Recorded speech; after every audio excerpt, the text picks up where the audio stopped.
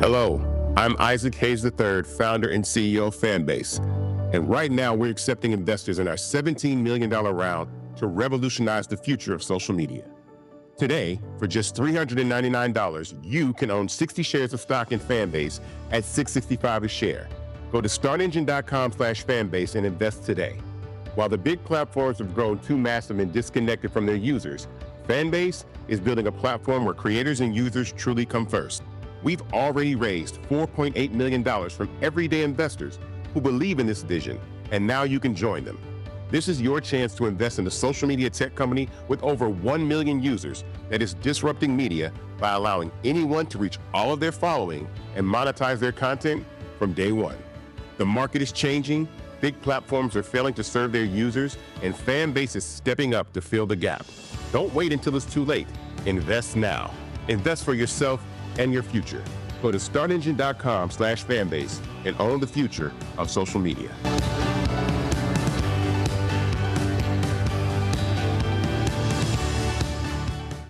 Folks, Black Star Network is here. Hold no punches. I'm real revolutionary right now. Support this man, Black Media. He makes sure that our stories are told. Thank you for being the voice of Black America, Roland. Stay black. I love y'all. All momentum we have now, we have to keep this going. The video looks phenomenal. See, there's a difference between Black Star Network and Black-owned media and something like CNN. You can't be Black-owned media and be scared. It's time to be smart. Bring your eyeballs home. You dig?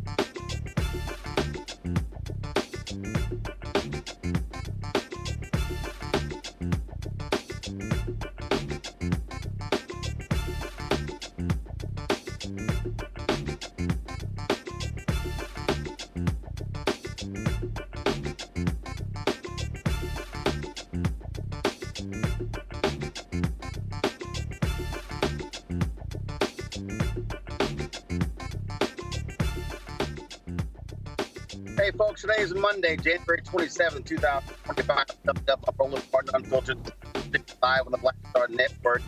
Investigative journalist Greg Palast, he said that voter suppression, reason Vice President Kamala Harris did not win the 2024 presidential election. He'll join us to talk about his research. Also on today's show, Donald Trump gets into a spat with the president of Colombia. MAGA said, the president brought him to his knees. That's not what happened. They're lying as usual. Then, of course, Pete Hegseth thinks that we're going to give him credit for restoring the Tuskegee Airmen being taught to U.S. Air Force recruits. No, we're not going to do that. And lots of people are talking about boycotting Target and other companies that pull back on DEI initiatives. I'm going to do a masterclass, a deep dive on explaining history of boycotts, what we must know and understand, and how we need to be very careful with how we communicate with Black-owned businesses. All of that and more right here on Roland Martin Unfiltered. It's time to bring the funk. Let's go. He's got it. Whatever the miss, he's on it. Whatever it is, he's got the scoop, the fact, the find. And when it breaks, he's right on time and it's rolling. Best believe he's knowing. Putting it down from sports to news to politics. With entertainment just for kicks, he's rolling. It's on go, roll, roll, y'all. It's rolling.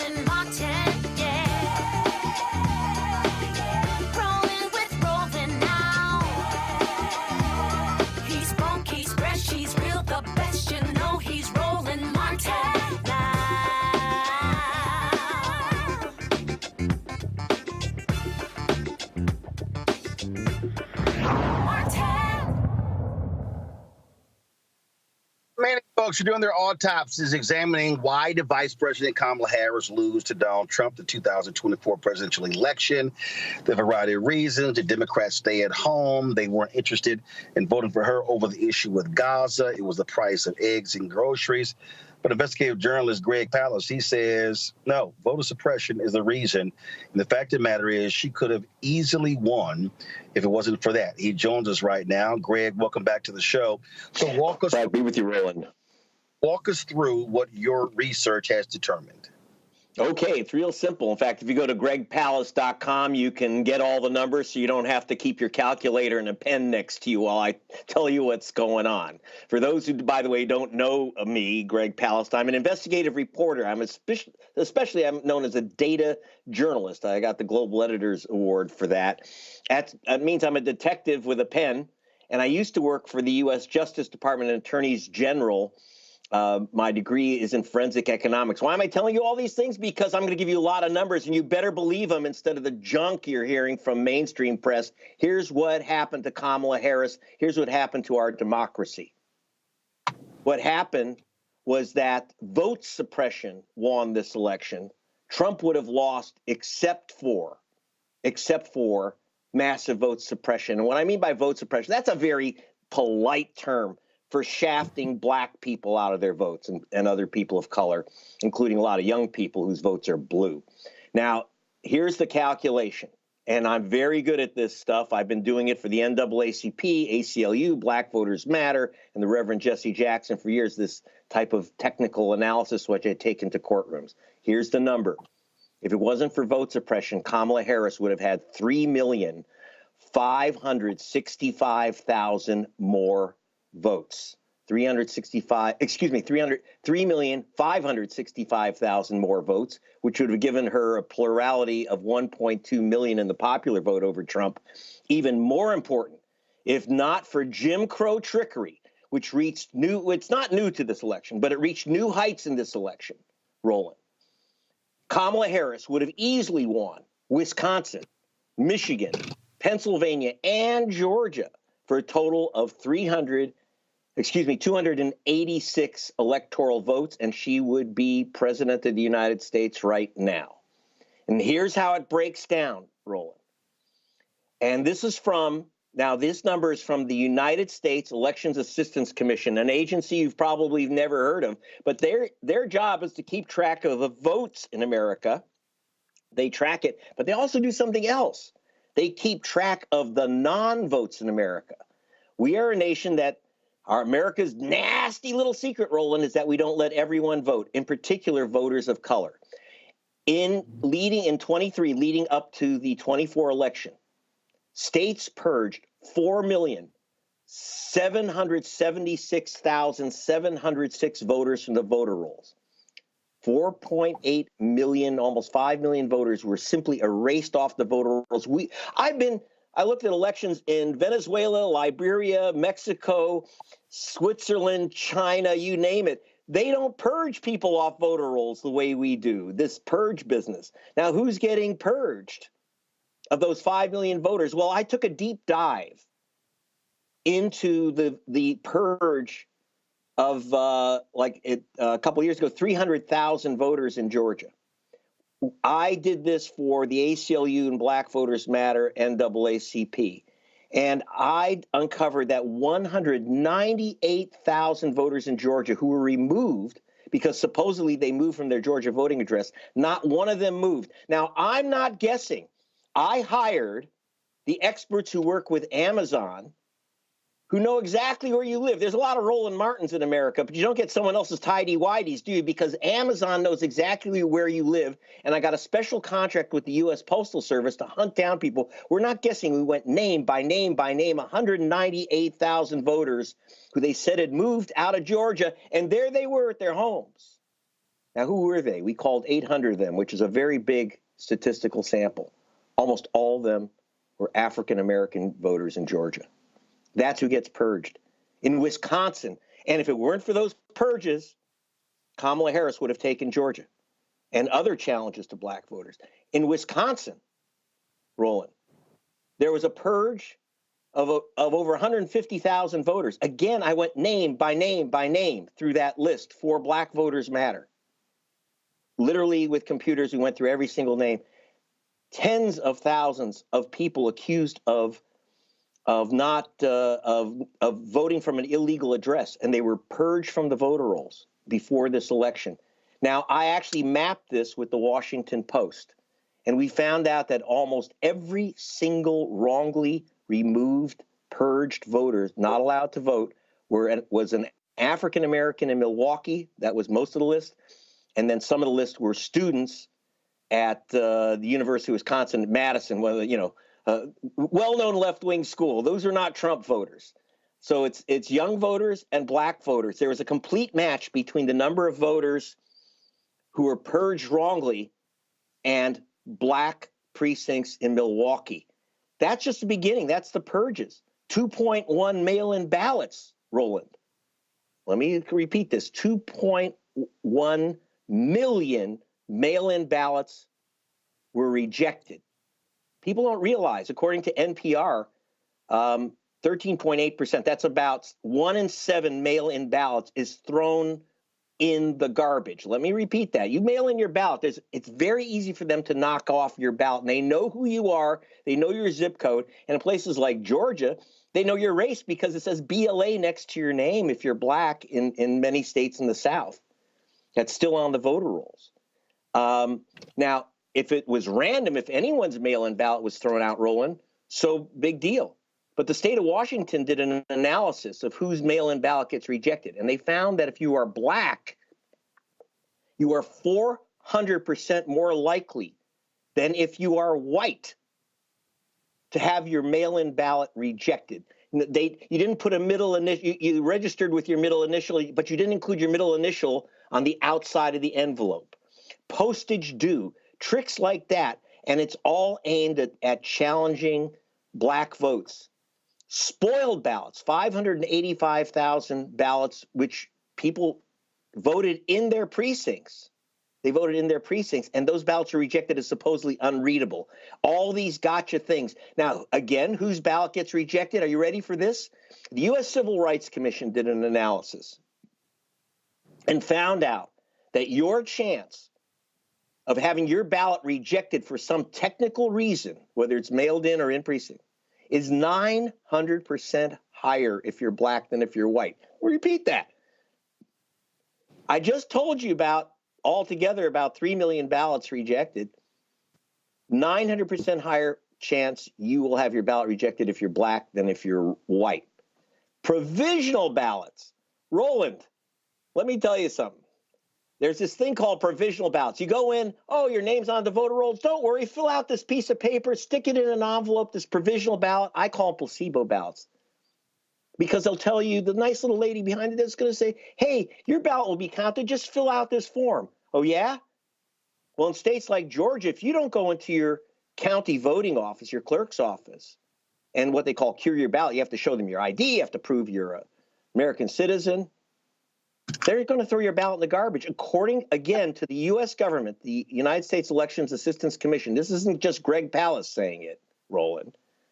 The U.S. government says that 43% of all provisional ballots are thrown in the garbage. Whose ballots are they? If you're Black, Hispanic, or Asian American, the chance you will be shunted to one of these placebo BS back of the bus provisional ballots is 300% higher if you're a voter of color than if you're white. So whose provisional ballots are in that dumpster? Voters of color. And how does this happen? The Brennan Center, if you go to gregpalast.com and actually see these, you can see this map that I got from the Brennan Center. 30 states passed laws making it more difficult for people of color to vote in the 2024 election. That was Trump's victory map. Altogether about, because not everyone purged would have voted for Harris, not everyone purged would have voted, but still you've got about 2.3%, 3,565,000 voters who would have voted for Harris were denied their ballot or denied the right to vote in the first place. And that's just the beginning of the ugliness. Greg, you called it Jim Crow trickery. What people have to understand that this idea in terms of how they changed these laws. First of all, the was a white man in Ohio who sued and went to the Supreme Court because Ohio purged, saying that, well, he had not voted in 2 or 3 elections. And he sued and he lost. Supreme Court cleared the way for purging. But then what we've seen the legal purging where, we didn't realize X amount of people were on the list. It happened in Virginia. It's happened in Florida. It's happened. And there's no coincidence that it keeps happening to African Americans. And it's all about creating massive hurdles. As you said, you got to sign the outside and the inside. It's like all these different rules. And it happens in Pennsylvania and other places. And it's all designed to be able to confuse people. And if you don't follow every single step, then you're in violation. And you don't even know whether you followed the steps. For example, you fill out a provisional ballot and no one says, it says, put in, like, for example, in Ohio, it says put in an ID number. Well, if you say, or driver's license number, and if you say no driver's license, they'll disqualify your ballot. They will disqualify your ballot. I didn't know that voting had to do with whether you had a driver's license or not. I thought it had to do with whether you're an American citizen. And by the way, when the Supreme Court said, if you haven't voted a couple elections, they can remove you, supposedly on grounds you've moved away, that's why you haven't voted. Well, it says right in the 1993 Voter Registration Act, the National Voter Registration Act, it says right there, you cannot be removed because you've chosen not to skip a couple elections for whatever reasons. By the way, I've skipped a couple elections because I'm a journalist and I've had to go out on election day when I didn't expect to, but basically out of the white areas, I didn't get purged and I'm not going to get purged. What happens is that you get purged if you're in Columbus, if you're in Dayton, if you're in Atlanta. And again, 4.776 million voters purged. And when I went through that list, overwhelmingly black and overwhelmingly wrong. Overwhelmingly wrong. And let me, by the way, if you want to see what happens, I'm giving you numbers because I'm a statistician, but I want to tell you about human beings, Roland. If you watch my film Vigilantes, Inc., which, by the way, Jamie Foxx and Leonardo DiCaprio have made this film available to stream for free. If you go to gregpalast.com, and you will see me in an Atlanta voting station, where, and I'll tell you about the man you're seeing right there, Major General Gamaliel Turner. Now, Gamaliel Turner, this man was 70 years old, the Pentagon's expert on warfare of the future, and if you can see on your screen, he is definitely African-American. He was assigned by the President of the United States to go from Fort Benning, Georgia, to a base in California. And he didn't get his vote. His mail-in ballot didn't come, and he calls up Georgia. He says, what happened? They said, well, Major Turner, you've been challenged. He says, what does that mean? He says, someone challenged your vote, and so you can't get your ballot. He says, well, what do I do? He says, well, just come on in and show you're a citizen and that you live in Georgia. And he says, wait, I'm a soldier. I'm 2,700 miles away, and 2 days before the election, you want me to come just come in? Now, you have to understand, one person challenged 4,000 people out of the Fort Benning area, almost all of them African-American soldiers. This was not a government official. This was a Republican Party official, the chairman of the Republican Party in southern Georgia. His name's Alton Russell. He even dresses like a vigilante. You'll see him in the film with a 6-gun. He thinks he's Doc Holliday. This guy challenged 4,000 voters. Now, I got to tell you, Major Turner actually flew to Georgia. He flew 5,000 miles to go to federal court to get his ballot, one ballot counted. 4,000 others, again, mostly black soldiers out of Fort Benning, did not get their ballots. And you saw on the screen, you had one woman that I confront in the film. She works for Marjorie Taylor Greene. a white Republican. And I'm telling you, there were 88 challengers 2 years ago in Georgia, or 4 years ago, and all of them are white Republicans. They're not government officials. I'm not being racist about it. That's what they were. One single woman challenged 32,000 voters. And I showed her the pictures of her black neighbors. I said, do you know who these people are? No. You don't know who these people are, but you challenge their right to vote. So they were challenging soldiers. They're challenging students. They're challenging just all their black neighbors by the thousands. And in fact, are you ready for this? By August, 3 months before the election, the Trump front group, True the Vote, proudly announced that it had already challenged 317,886 voters. That's a third of a million voters in swing states, Roland. A third of a million voters, overwhelmingly voters of color. And this is something that hasn't been done since 1946. This is the Ku Klux Klan plan of 1946, these mass challenges of black voters. This is brand new to 2024. This is one of the reasons why, like in North Carolina, they want to strip the governor of being able to control the state elections board. This is why they're doing this. So the question is, and I got about 90 seconds before I go to the panel for them to ask questions. What is now happening in advance? Because now, of course, they control the Department of Justice. You're not going to see any voting rights investigations. You're not going to see any of this. They're in charge of the levers of power. So what now? What happens next? How must people prepare themselves for what we are about to see? Because now they're going to have the power to do this on steroids. Well, tomorrow I'm going to be having breakfast with the Reverend Jesse Jackson, or Wednesday, and planning what our line of attack will be to protect these votes. I'm working with Gerald Griggs, president of the NAACP of Georgia, Latasha Brown, Black Voters Matter. You notice I'm not working with the Democratic Party. One, because I'm a journalist and I'm a nonpartisan. But the Democratic Party is totally missing in action on vote suppression. They just aren't there. But the groups are organizing to stop this new Ku Klux Klan plan. You have to understand that in 1946, the Ku Klux Klan elected one of the Klan leaders, Eugene Talmadge, as governor of Georgia by systematically challenging virtually every black voter in Georgia. Now, these Jim Crow laws are in the books of about 30 states, still allow, I can say, dig this, Roland, I can say, oh, Roland Martin doesn't live where he says he is. He shouldn't be allowed to vote. Now, who's Greg Palast to say that? Doesn't matter. As long as you live in my county, I can challenge your right to vote, and you're not going to get a ballot, or worse, you'll mail in your ballot. You won't even know that your ballot wasn't counted. Right. So here's the question.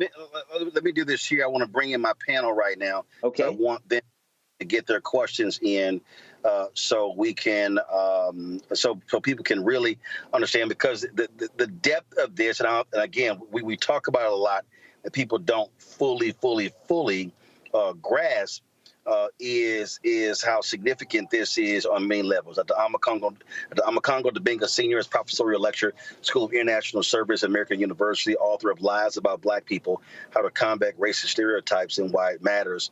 Dr. Julianne Malveaux, she's the economist, author of Surviving and Thriving, 365 Facts in Black Economic History. She's also president emerita at Bennett College. Joining us from D.C., Joe Richardson. He is civil rights attorney out of Los Angeles. Joe, I'll start with you. Your question for Greg Palast. Mr. Palast, appreciate you being here. Roland kind of took what I was going to ask next, but let me ask this. You've been doing what you've been doing for a long time.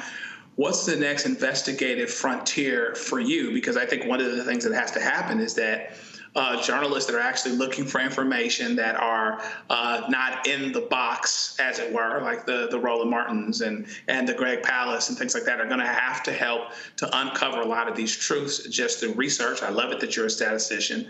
What is it that you're going to be, I know you're going to do some things related to this issue, but is there any other issues out there that connect to some of these things, some of these justice issues that you're looking at next? Well, I am very, very concerned about this and I want to dig deeper into this, in the challenge, this mass challenge of voters by self-appointed vigilantes.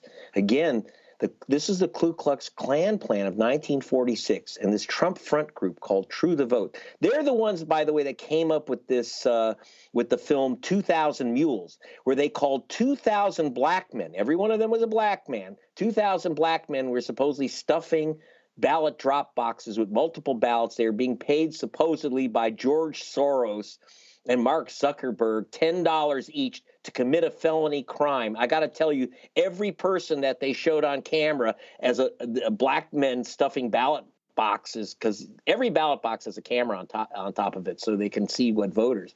Every one of them was a legal voter, and they've been sued to fare thee well, but they don't care.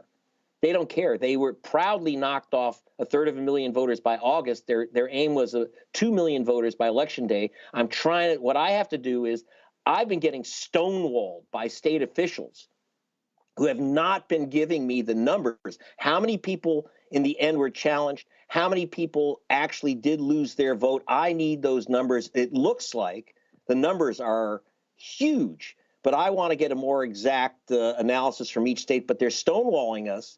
And we're not going to get the numbers from the Elections Assistance Commission until maybe even for another year, if at all, because the states are resisting and they're not required by law to turn over the data. We're the only state, we're the only nation among so-called democracies where the vote count and the vote non-count is some type of state secret.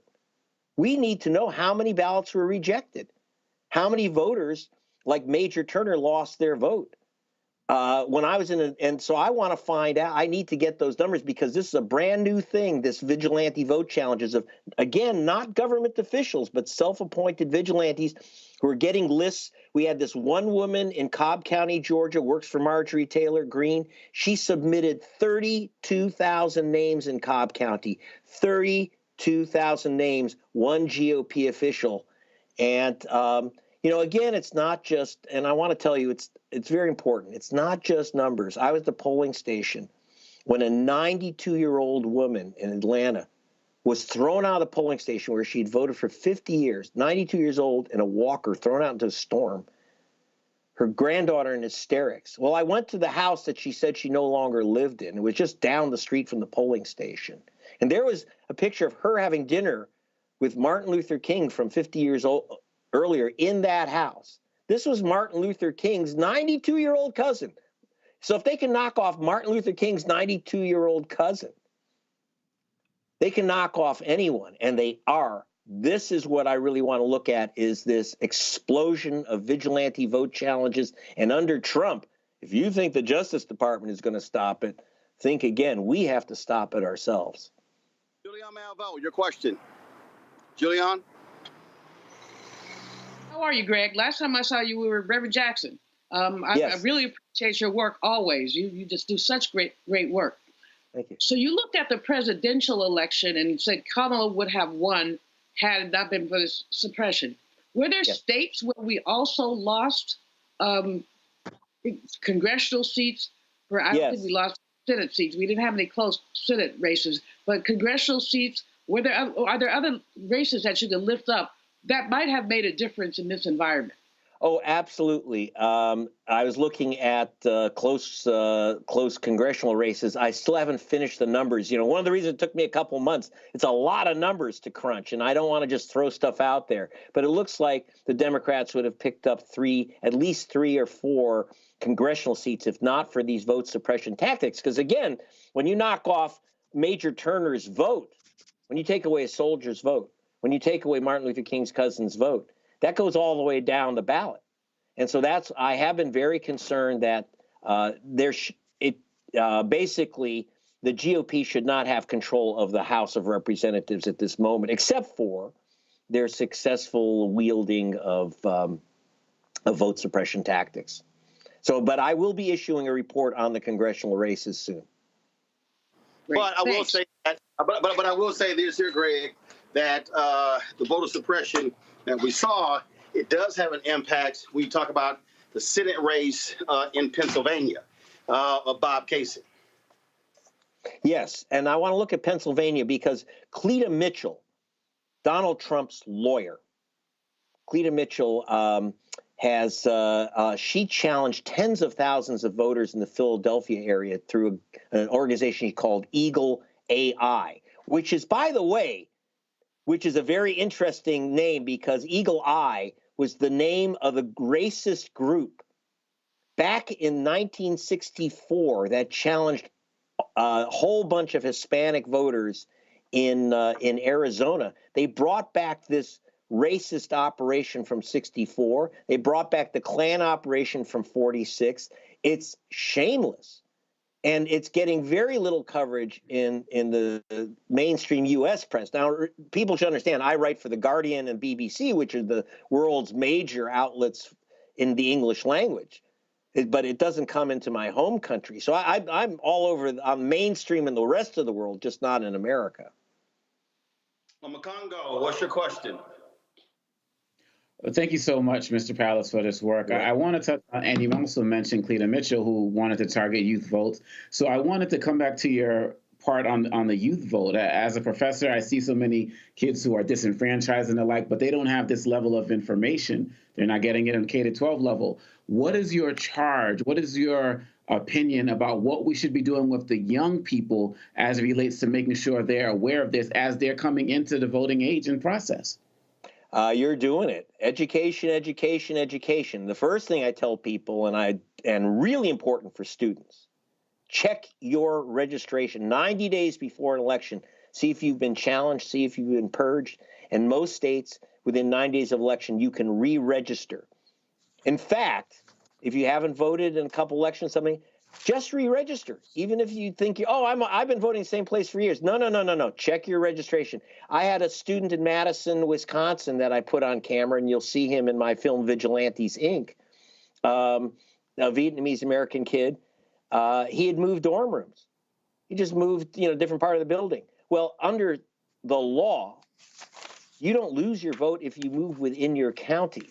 But they do this to students if they've moved at all. They send them a postcard to confirm their address. And if they don't get that postcard, because it looks like junk mail, most people throw it away. I call it the poison postcard system. If you don't see that postcard and return it, you lose your vote. One way to get around that is tell all your students, tell everyone, and tell them to tell their families. Check your registration 90 days before. The problem with the new challenge system, for example, Georgia changed its law so that these vigilantes can challenge your vote on election day. They don't have to notify you for 30 days. Well, the election's over after 30 days. So you get challenged. You may not. In fact, it was only by accident that Major Turner, this African-American officer, found out that his vote was challenged because he called. He said, "Where's my ballot?" They didn't notify him. They just said, "Well, you've been challenged." So we have to tell people to check their registrations, check and check again and again. A lot of states now, dozens of states, have same-day registration. So bring every form of photo ID you have and something to show your address, like an electric bill or something. So you start out by protecting your vote. The second thing you do is you get active.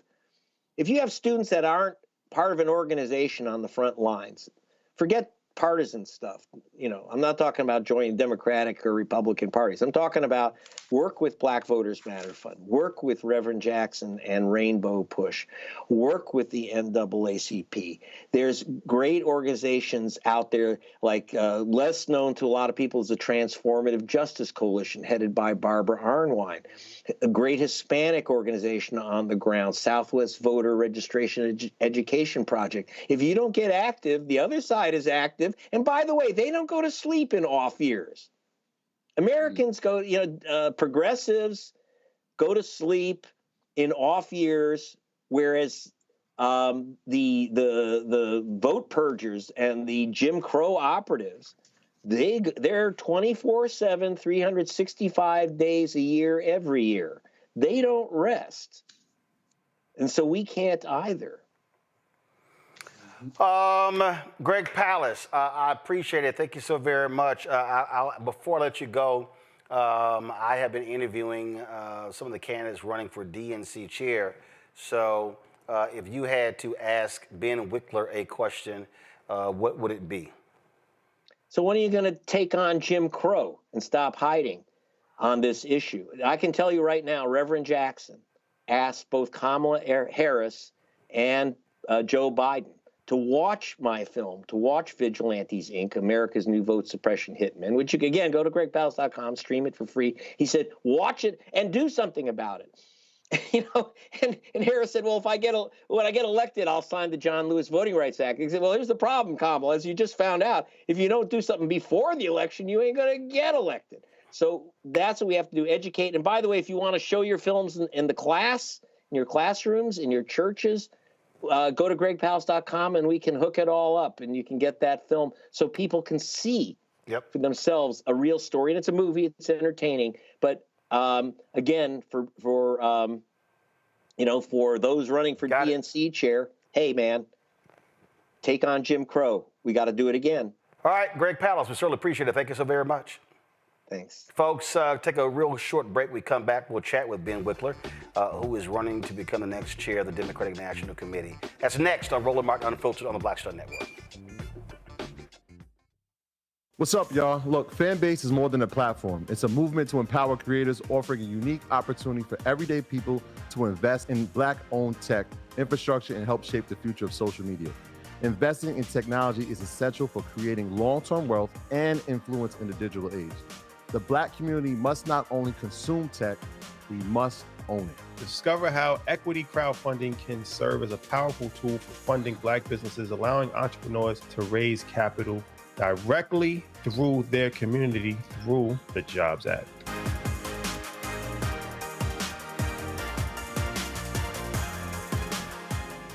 I'm Russell L. Honoré, Lieutenant General, United States Army, retired, and you're watching Roland Martin Unfiltered.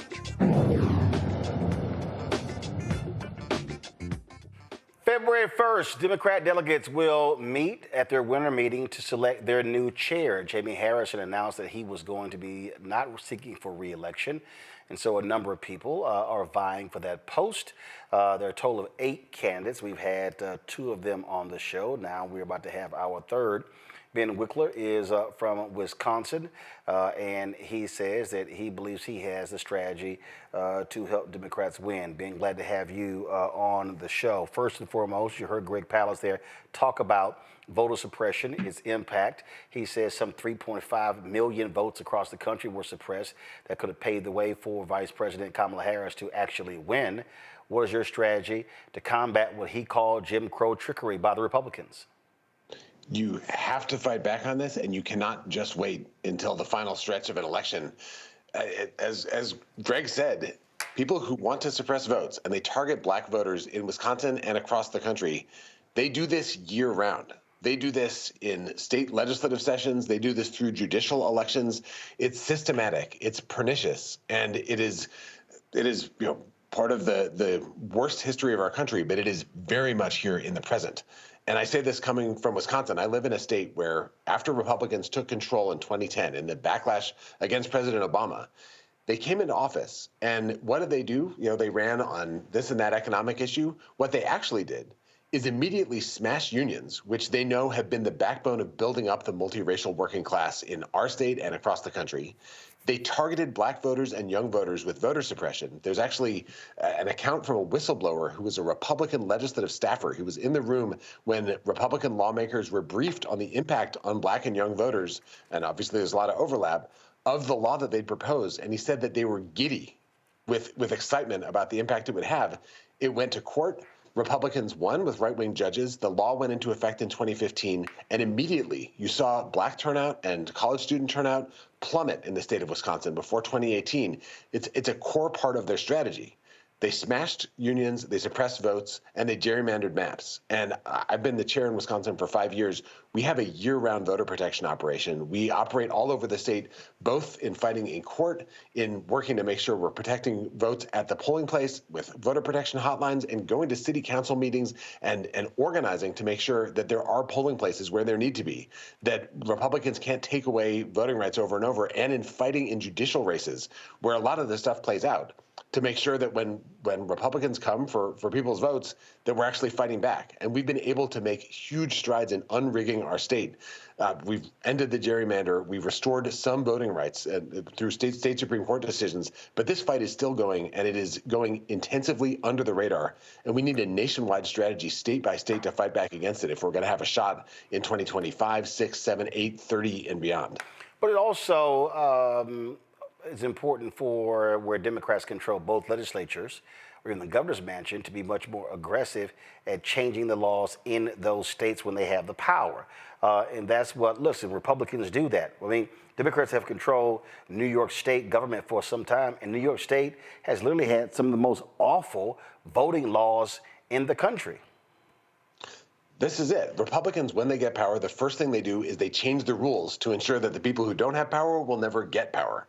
And for Democrats, there's one part is the kind of campaigns you run, the organizing you do, your voter protection work. But the other piece is around governance, that we need to get serious about unrigging a system that is rigged against working people across race and ethnicity and geography. And so often what happens, Republicans ratchet things down. They target black voters with suppression. And then when Democrats come in, it's not the top priority. So that needs to change. The commitments we make when Democrats are running for office, they need to turn into immediate action as a top priority to make sure we don't spiral down into a situation where millions of people can't exercise their franchise. And in Wisconsin right now, we have a state Supreme Court race on April 1st. So in our state party right now, we have 81 staff members. We are knocking on doors all over the state in freezing weather this coming weekend, because we know that these races that often get no attention ultimately determine the rights that people exercise when it comes time for a presidential race.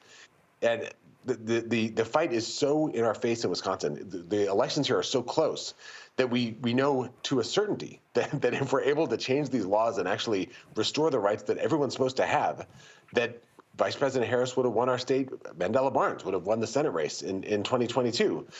We know Republicans are doing this because they think that they've seen that they can win elections by doing it. But I think across the country, we need to sound the alarm, because these things that are happening state by state right now, they're coming at us at a federal level. Republicans are planning massive assaults on voting rights through the U.S. Supreme Court, through Congress, through the Trump administration. It's all in Project 2025. The fight is here. And if we're serious about democracy, we need to take this seriously as the Republicans do.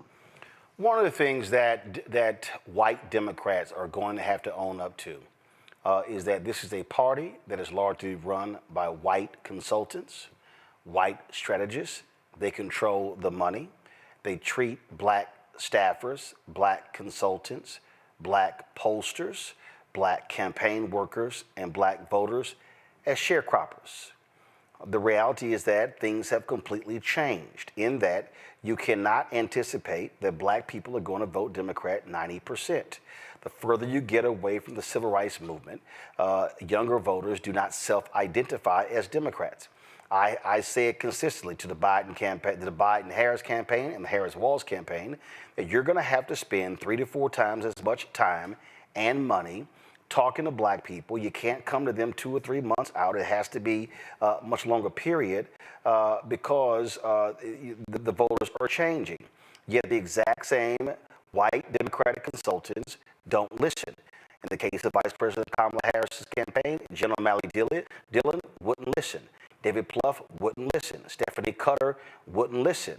And then it was even difficult.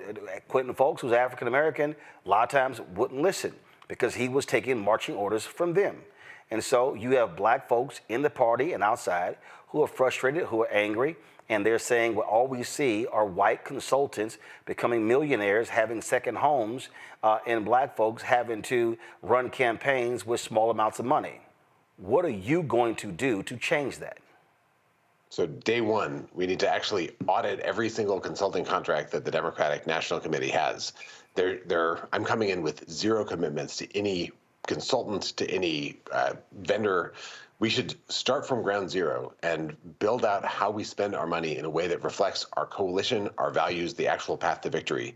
And that's going to mean a ton more diversity, and specifically Black vendors and pollsters and communications professionals. I know in this last election, folks like Terrence Woodbury with Hit Strategies and Cornell Belcher did extraordinary research that helped inform a ton of the work that happened in Wisconsin and across the country. But so many of the organizations and the people who are best at this, a rising Black consultant kind of cohort of folks who have deep expertise in the communities that often feel like Democrats only show up at the last second. They didn't get funding until the very final stretch, and even that took moving mountains. And I mean, you had some firms that were created in 2023 that 100 million, 200 million in ad contracts were funneled through them, and it was like, what the hell kind of track record is that? And it seems like it is a constant insider game, and I know Black firms, Black ad agencies, Fuse out of St. Louis, Liquid Soul out of Atlanta, Carol H. Williams out of Oakland, reputable firms could not even get through the door, and they were being shut out completely. And then as a result, Black-owned media was forced to starve big as a result of how they were being mistreated by those white ad agencies. So I will tell you, in Wisconsin, which is, I've been chair here for the last 5.5 years, our state party makes investments in the spring, not just in the fall, in Black-owned media in Wisconsin. We are on Black radio. We work with Black newspapers. We work with candidates to make sure they're showing up on podcasts, on streaming platforms with different folks. We work with cultural influencers, Black cultural influencers in Milwaukee and across our state, because we know that the places where people actually spend their time and attention, it is not just traditional corporate-owned media. It is a whole emerging cohort of different places. And we work hand in glove with Black-led organizations on the ground that do organizing and communication and make sure that all the different political actors in our state are paying attention to the focus groups, to polling, to stuff where we're actually hearing from Black voters directly. And that work is best led by people who understand the communities that they're researching. So we've built an engagement strategy that is year-round, that is actually showing up, and we can see in the numbers the impact that that's had. And this, I'm not saying this is just our state party. This is a unified effort across the union movement, grassroots organizations, and the media and communication work in our state. Milwaukee, which is where 70% of Black Wisconsinites live, it had the highest turnout of any city of the biggest 50 cities in the country. It was 89%. We added votes for Harris relative to Biden, and we did that by doing long-term, serious engagement and investment. And to me, that's the model. Like, it just doesn't work to have this be the kind of afterthought at the last second or something that requires a battle to do up front. We should actually build the plan together from the start. And it should be part and parcel of our theory about how we win elections at every level of the ballot. That it's not rocket science to do this. But for some reason, it's taken a long time for our national party to realize that what has been happening has not been working. And I think we can see that in this election result. We can see that in how things worked out differently in Wisconsin, frankly, where we added votes. And I want to bring this nationwide. I think it's an urgent matter of necessity for us to do this. You cannot take Black voters for granted and expect them to always show up and always vote with our party. And this is, I want to say, Black women did vote in the exit polling. It's like 92% for Kamala Harris. This is an extraordinary level of commitment and engagement. And Black men did vote like 78, 80% for Kamala Harris. So this is not to say that this election result was the fault of Black voters who came through for the Democratic Party more than any other community in the nation. But it's to say that the Democratic Party needs to show up to engage these voters, to make sure that they are hearing from folks who understand the challenges that they face, the issues they face in their lives, the aspirations that they have, and are communicating in language and with visual communication that actually resonates culturally. If we do this right, we have a chance to build power together that allows us to win elections and then make a difference in people's lives, which ultimately is the basis for building the trust that builds a political coalition. It's how we actually deliver. But the first step has to be that we invest earlier and in a different way with a more Black-led set of folks on the front lines of figuring out what messages are going to work and then building the communication that actually does it. How do you also look, the DNC chairs over the Democratic National Committee. And when I look at this, I look at the entire apparatus. I look at the DNC, I look at the DCCC, I look at the SCC, I look at the Democratic Governors Association, I look at these PAC, House Majority PAC, Senate Majority PAC, I look at during this last election, future forward. And I can tell you right now, just straight up, my personal dealings, it is a whitewash across the board. They don't return emails, they don't return phone calls, they don't reach out. It is the exact same thing. And so what ends up happening is folks are raising money, doing these things, and it's the same people freezing other folks out. And I've said to the other folks who are running for DNC chair, there should be a massive meeting of leadership and putting it on the table as well. And I can tell you, there are labor unions who are pissed off with all the money they keep giving to the Democratic Party, and they keep saying the exact same people. And I'll tell you right now, I got no problem saying it. The guy who ran the Senate Majority PAC wouldn't respond to any of my emails, phone calls, nothing. And it wasn't until AFSCME called and said, why are you not calling Roland Martin back? Oh, then he immediately called, but he had to get threatened to do so. And so that's the crap that as African Americans we see, and then it shows up on the field when you don't have outreach, when you don't have investment, when they're not listening to black people to say, this is how you communicate and target and outreach to black people, as opposed to having some white consultant who's not from Georgia, but then you got somebody who's running communications in Georgia, who don't know any media in Georgia, but then they're telling the black people on the ground, this is what you can and cannot do. I will say we need a new day, and that's going to mean having these conversations and actually having people in the room in these conversations that can speak directly to the crisis that you're talking about. I'm honored in this race to have the endorsement of the 4 big public sector unions, the NEA led by Becky Pringle, the AFT led by Randy Weingarten, AFSCME led by Lee Saunders, and SEIU led by April Verrett. And that is 3 of the 4 big public sector unions have black leadership at this moment. The union movement, as you know, is a multiracial movement.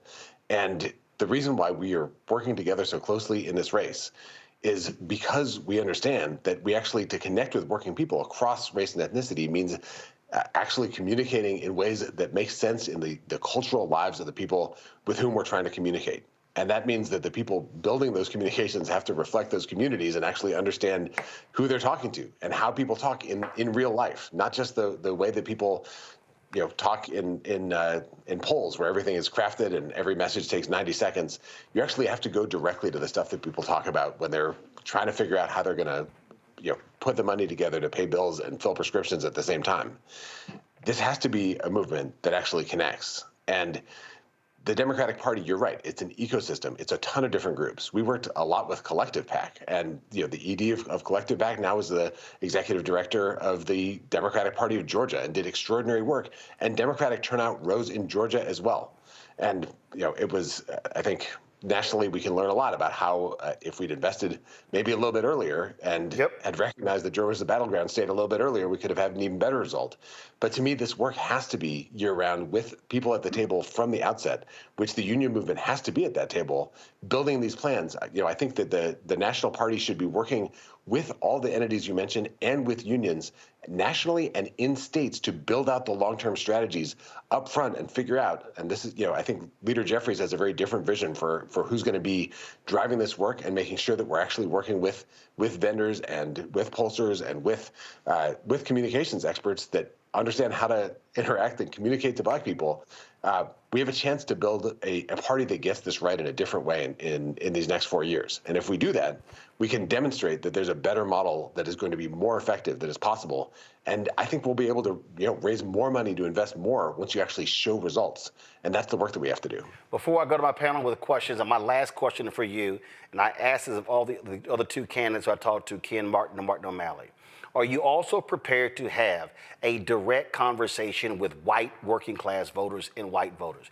Everybody talks about, whenever conversations come up, people are very free to talk about black voters, Latino voters, but they never want to say white voters.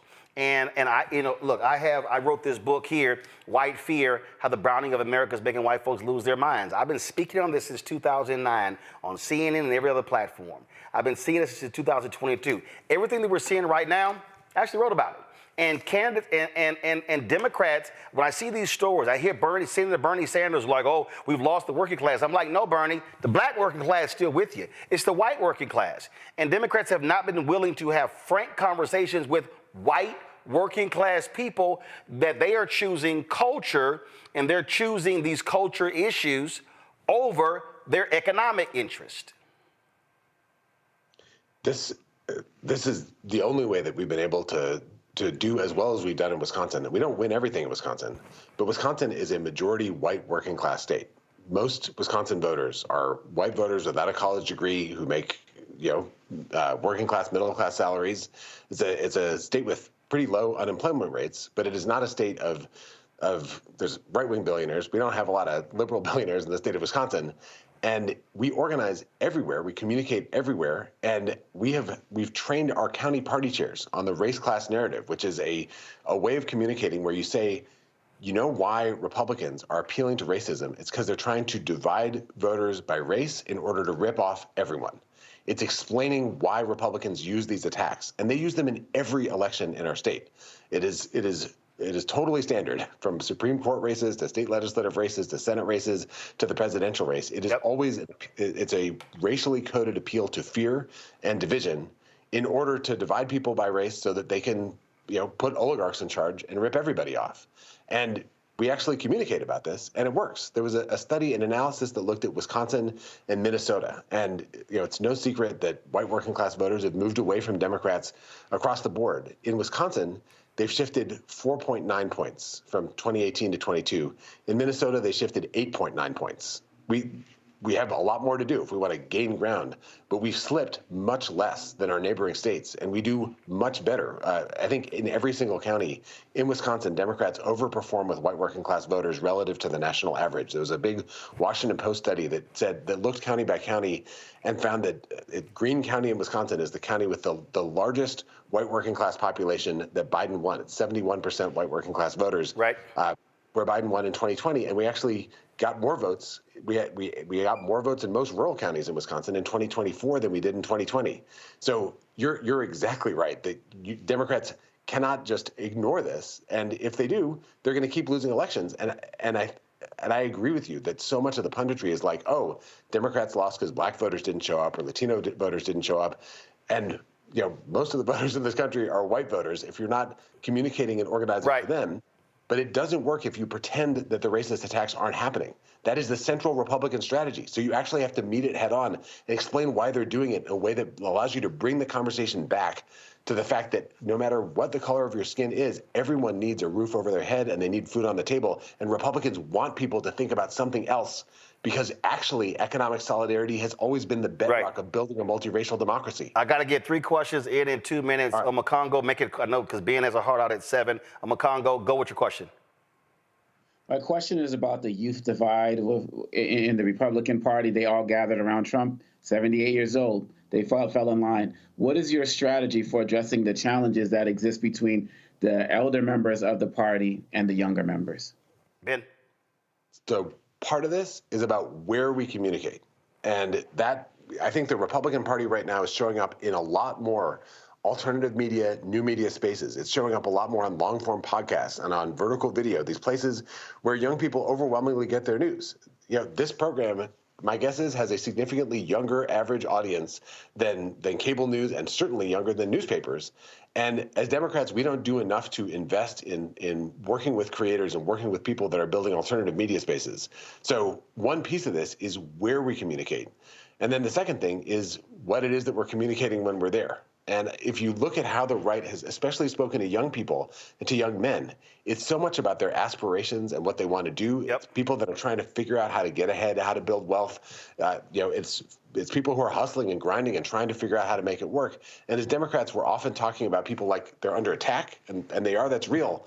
But we also have to speak to what they want to do with their lives and be a party that is felt to be a partner in trying to build the lives that everyone wants to lead.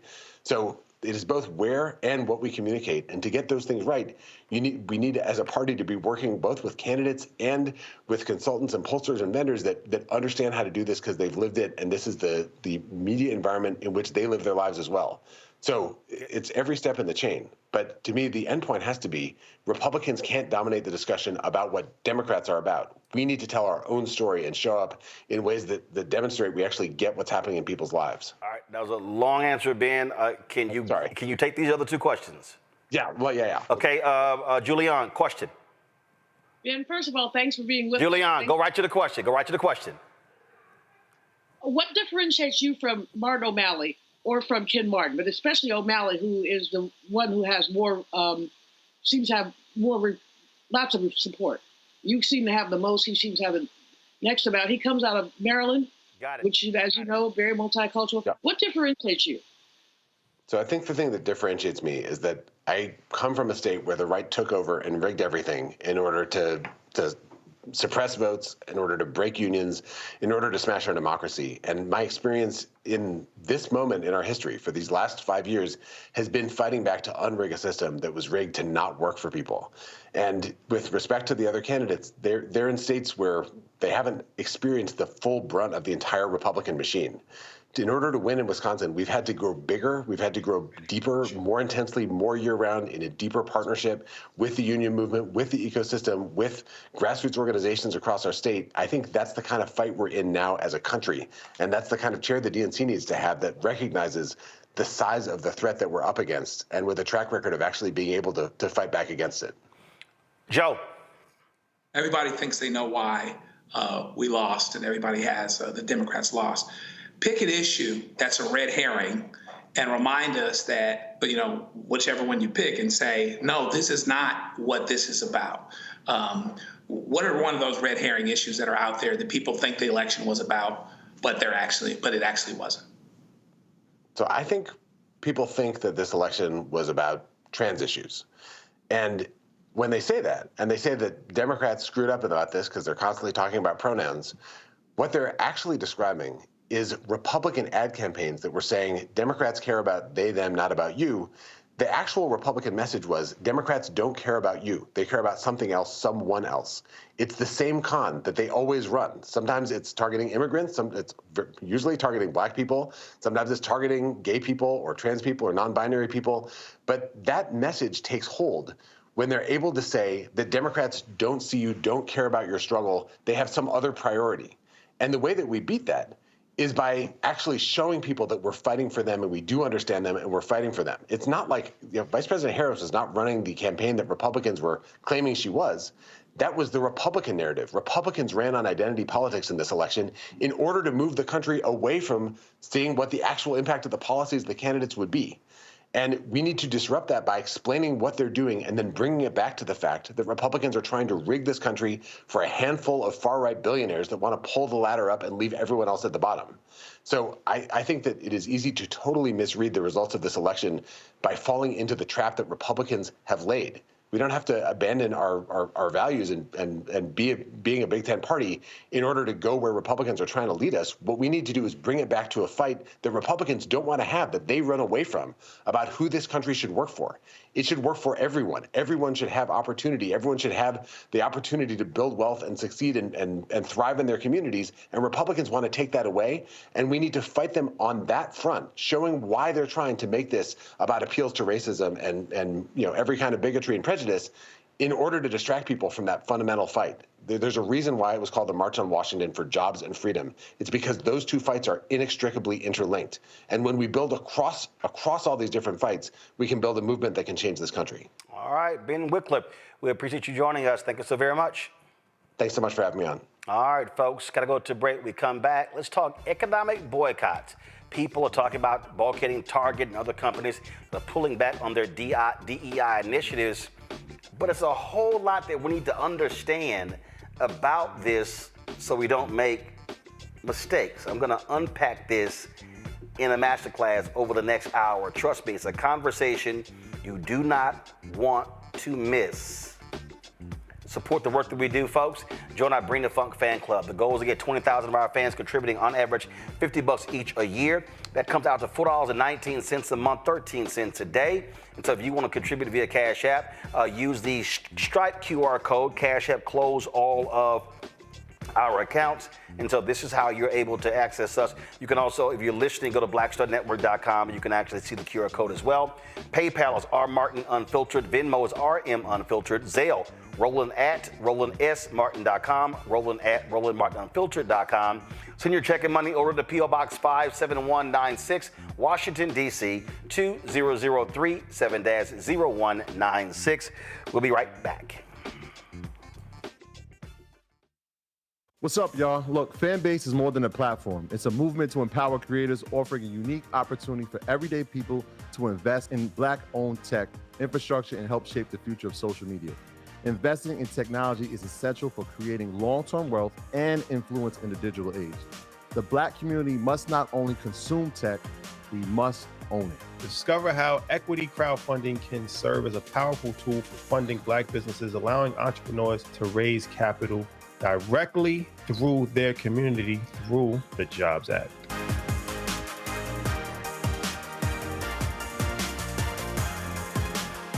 Next on Get Wealthy with me, Deborah Owens, America's Wealth Coach, women of color are starting 90% of the businesses in this country. That's the good news. The bad news, as a rule, we're not making nearly as much as everyone else. But joining us on the next Get Wealthy episode is Betty Hines. She's a business strategist, and she's showing women how to elevate other women. I don't like to say this openly, but we're getting better at it. Women struggle with collaborating with each other. And for that reason, one of the things that I demonstrate in the sessions that I have is that you can go further together if you collaborate. That's right here on Get Wealthy, only on Black Star Network.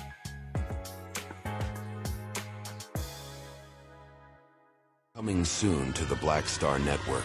Well, y'all, when you're on that stage or when you're and you're seeing 2 and 3, 4 generations in the audience, that's got to speak to you about the power of what y'all have become. Oh, most definitely. I think we were doing our show before our break, and remember, I was watching this kid. I could not take my eyes off him because he was about 9 or so. He was sitting in the front row with his over on the right-hand side. Yes. I was amazed that this kid knew everything, and I was like tripping to see how many songs this kid actually knew. And he knew them all. And he knew them all. We had to go over there and bring him on stage and take a picture with him, at the end of the show and stuff, because it was just that amazing. It's like, this is crazy.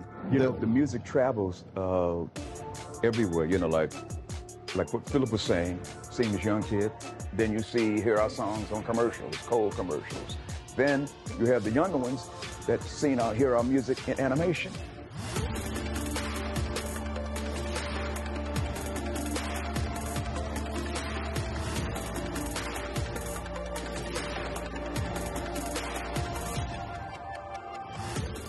On a next, A Balanced Life, we talk about how to get in touch with your feelings, emotions, how to find your North Star, and how to move your life along. Because oftentimes what we'll do is we'll accept what the world says about us as the truth and how we see ourselves, which that can be completely contrary to what the Word of God says about who you are. That's on the next, A Balanced Life, here on Black Star Network.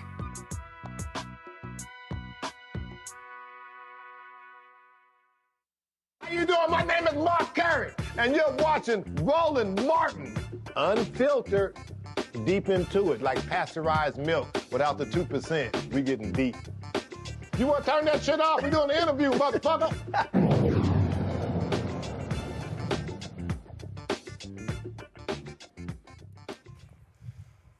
Woo. All right, folks.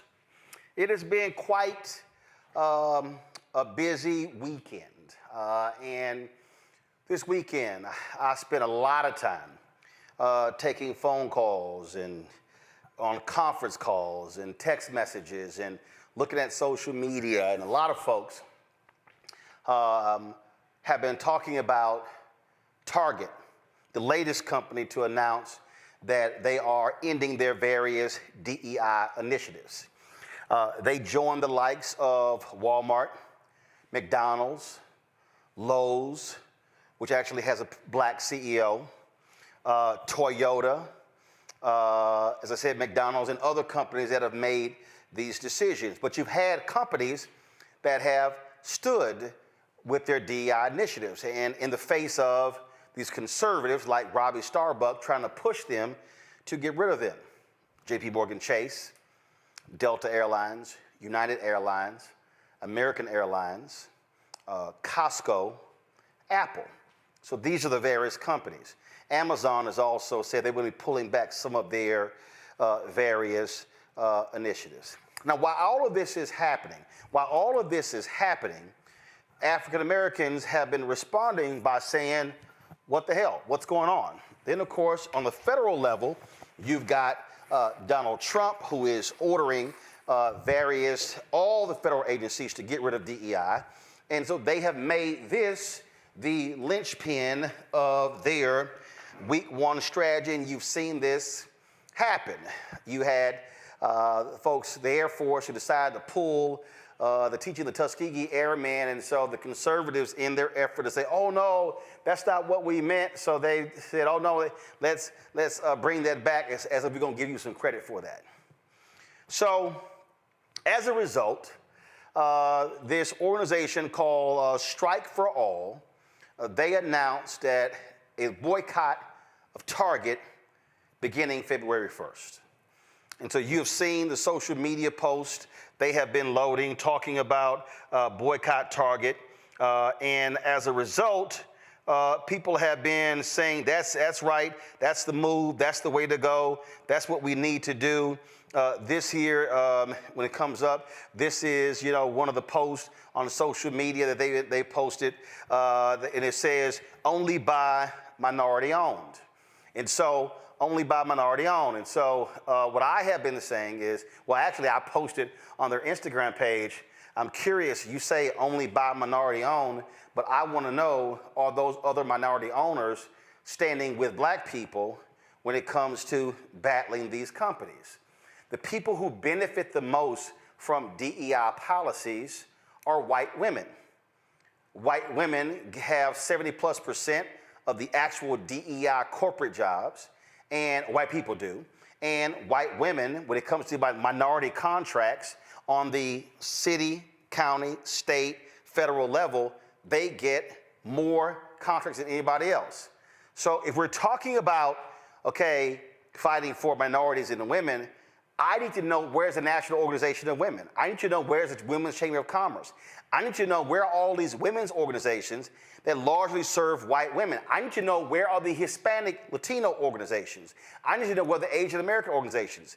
Because what I'm tired of black people, the ones who are the loudest fighting for initiatives, and other folks are the greatest beneficiaries.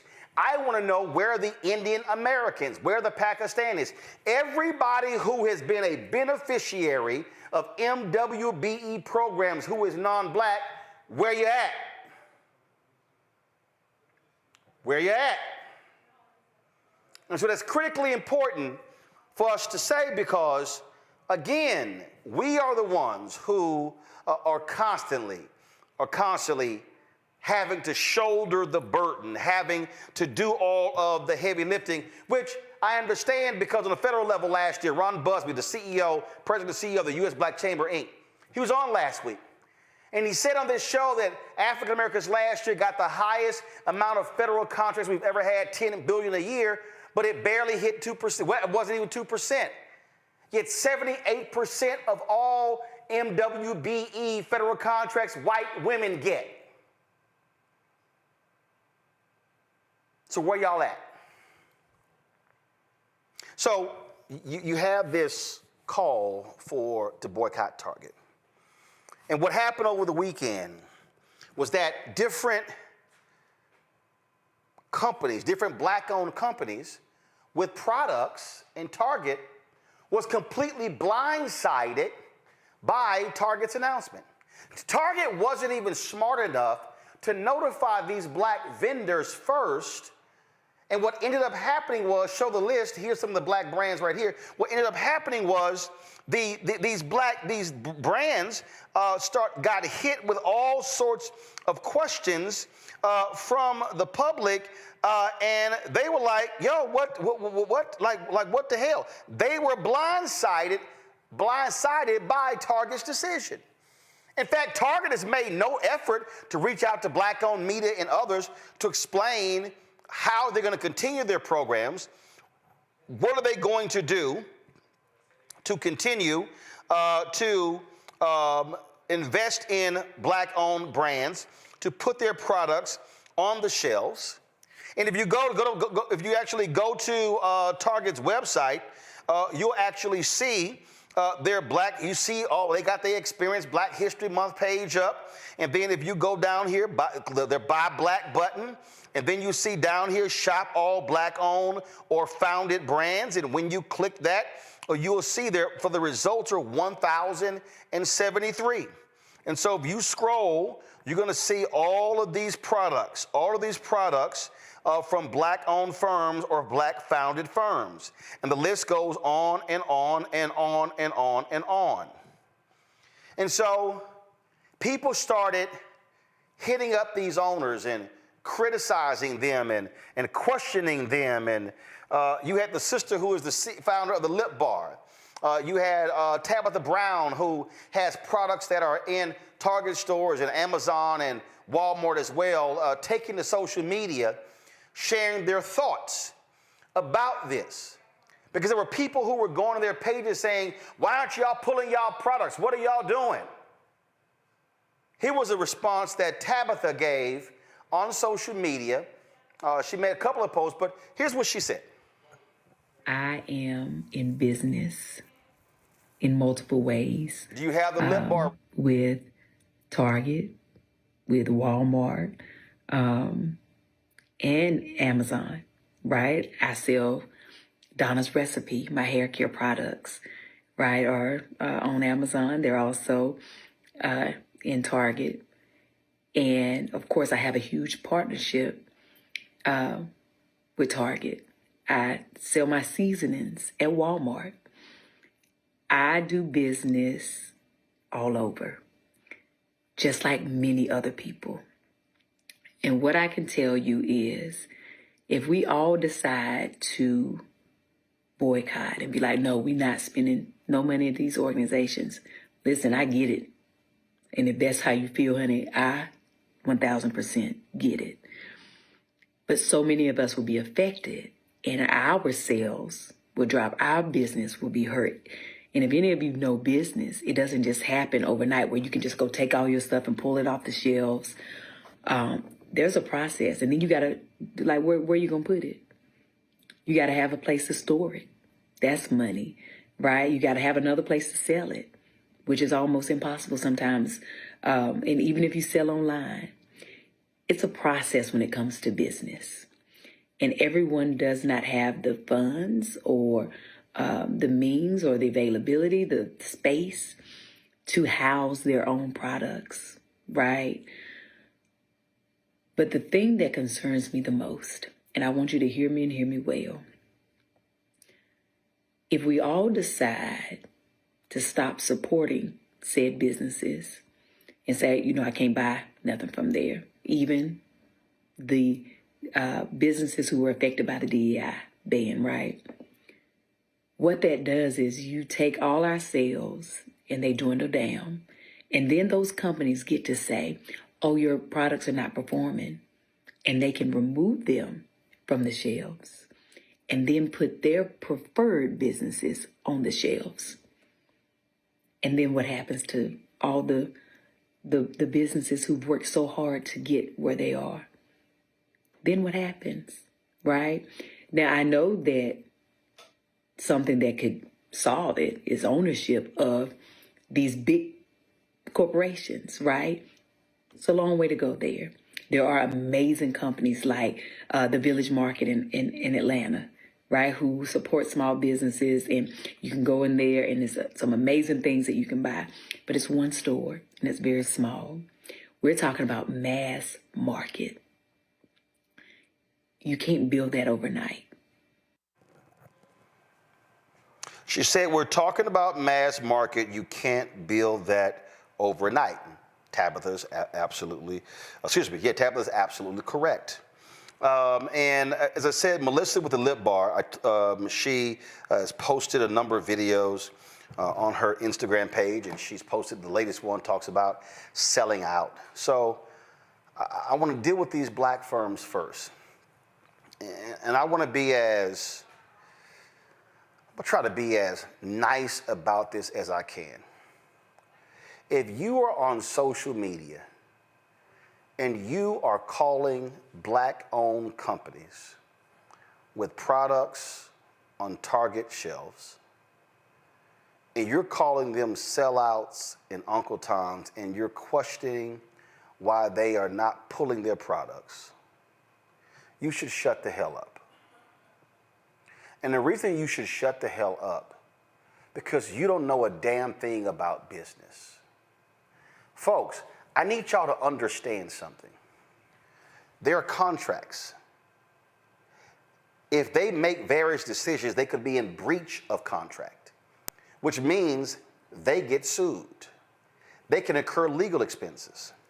Well, people also don't understand, especially people who have never been in business, who don't know what an EIN is, who have no idea what I'm talking about. What you don't realize is that when you own a business and you begin to, let's say you begin to place your products, they might start it in 10, 20 stores. Well, they might come back and say, we're not going to place your products in 2, 3, 4, 500 stores. You now have to go out and get capital to be able to acquire that inventory that's needed to sell in those stores. So now all of a sudden, here you are, a small-owned business, and you might have, let's just say this book here, or my book, White Fear. I might have a print run of 5,000 copies. But then when Target says, we want to carry you in 500 stores, I now have to print 25,000 or 50,000 copies. Well, they're not giving that to me on consignment. I got to pay that printing company for the 50,000 copies of that book to be able to ship to Target. And so then I'm shipping the product from the printing company to Target, and I'm not actually putting it in my own warehouse. So if some folks say, well, you need to take your product off the shelves, as Tabitha said, where in the hell am I all of a sudden going to place 50,000 copies of a book? Or where am I going to place pots and pans and seasoning or hair care products? That's the thing I think a lot of us need to shut up and not realize you know nothing about business. So stop making a demand of somebody when you do not understand their business circumstances, because there are people who literally have put their life savings into their companies, and they are now having to navigate this whole deal, and some folks may have taken out second mortgages, and so you're talking about literal bankruptcy, losing it all if they make a rash decision. So that's important for us to state, because I've just heard too much ridiculous stuff about what a black business owner should do with their products if folk are talking about an economic boycott. So let me now move on to the next thing. Anybody who has watched this show, you have heard me often refer to Dr. King's sermon, April 3rd, 1968, at Mason Temple in Memphis. You've heard me talk about economic withdrawal. You've heard me talk about when MLK said in that sermon how we are collectively or individually poor, but collectively wealthy, and how we need to be operating as a collective when it comes to trying to change the economics of our situation. You've heard me quote him in that sermon when he says, we don't have to throw one Molotov cocktail. We don't have to yell and curse anybody out. He said, what we must do is practice economic withdrawal. Companies that don't do business with us, that don't hire us, we don't do business with them. In the exact same speech, he also said to black people on that rainy, stormy night in Memphis, how we must be supporting black institutions. He mentions buying from black insurance companies. He mentions how SCLC opened a bank account with a black bank there in Memphis. He talked about how we must be doing a bank-in, a buy-in for black-owned businesses. He literally says it in the sermon. See, part of the problem is most black folk have allowed white folk to frame for us who Dr. King was and is. And so therefore, when we talk about his mountaintop speech, all we talk about are the bottom 2 minutes of that speech and not the other 41 minutes and 16 seconds of the speech.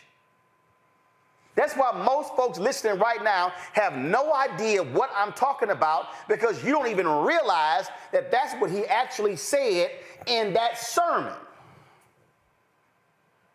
Because at one point he even references Jesse Jackson. He said, Jesse, what do you call it? Economic. He said, redistribute the pain. He said, so far, the black sanitation workers, they're the ones who have been enduring the pain. Now, if we do an economic withdrawal, we must now redistribute the pain. For all y'all who keep acting like Dr. King wasn't a radical, go listen and read that speech.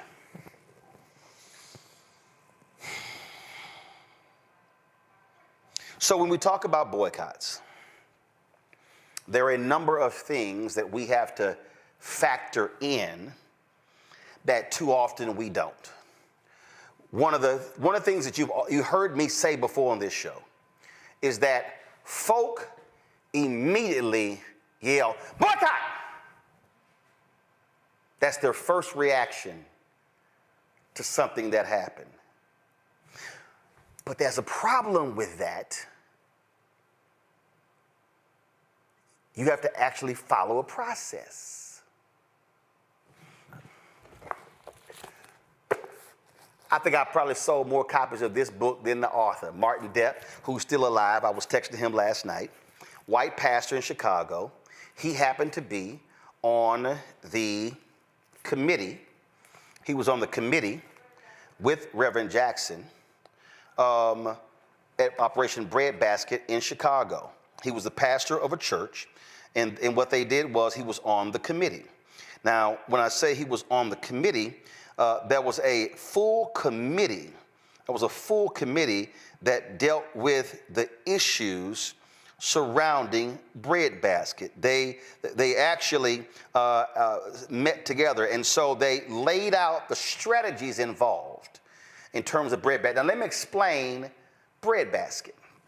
His book is called Operation Breadbasket, an untold story of civil rights in Chicago, 1966 to 1971. This is the book cover. I'm going to be out of the light here, but y'all seen me show before. This is the book cover, okay? I've been talking about this book for more than a decade. Martin Depp writes in the book that there was a 6-point strategy that they employed when it came to Operation Breadbasket. And before I show it, let me also help you. Credit must go to Reverend Leon Sullivan, the legendary pastor in Philadelphia, who actually created this program. He told Dr. King about the program. Dr. King invited Reverend Sullivan to come to Atlanta to present to the Southern Christian Leadership Conference Board of Directors. He did so.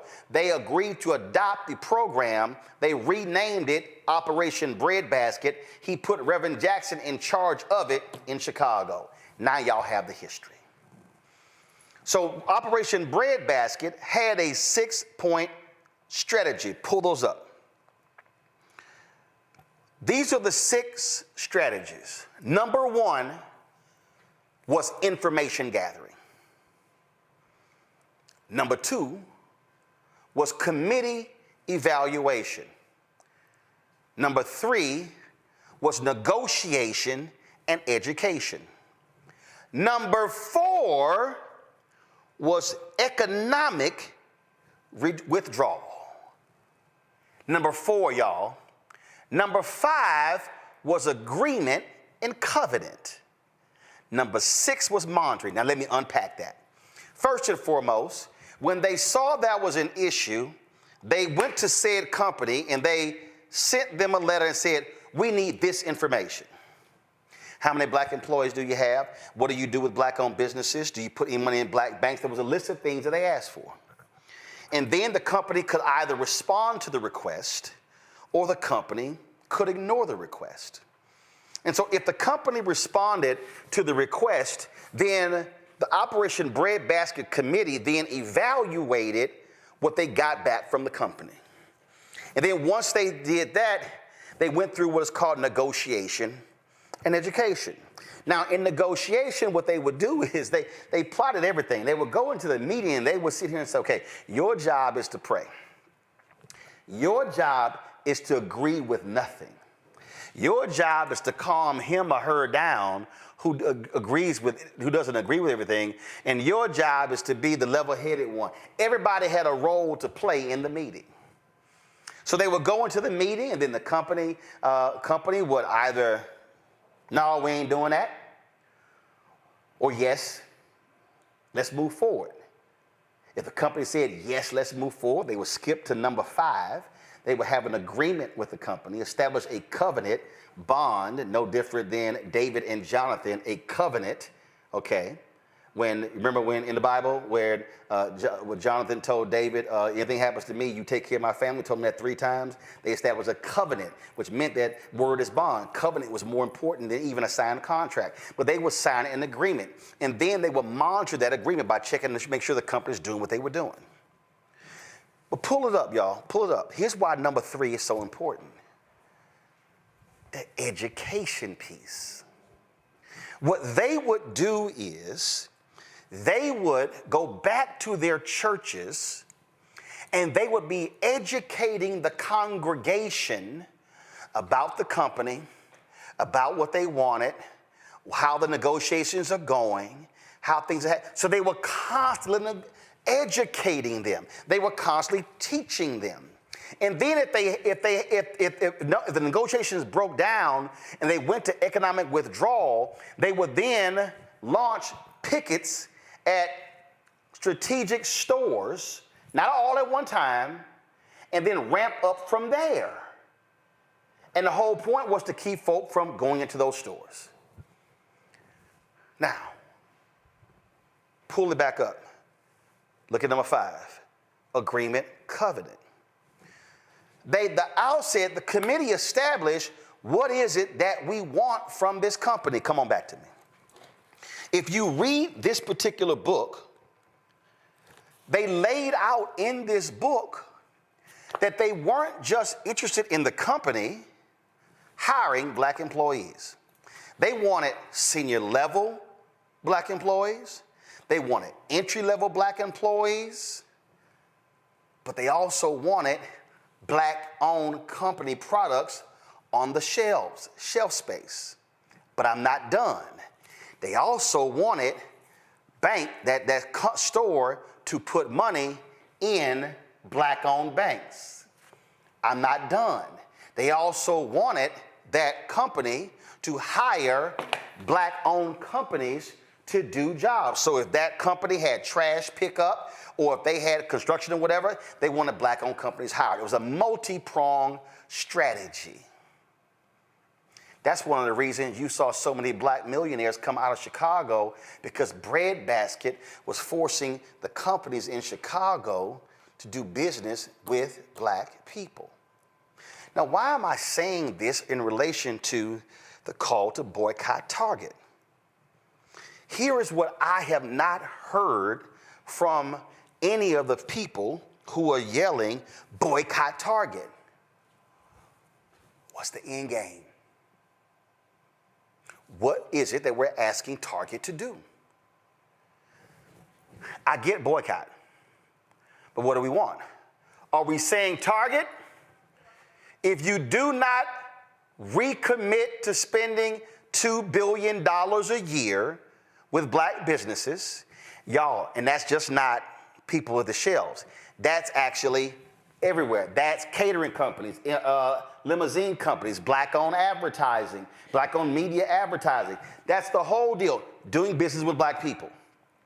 Target had announced they're going to spend, by 2025, $2 billion. They announced in 2021 that they got $1.78 billion. But $1.78 billion ain't $2 billion. That's $220 million before you go. So,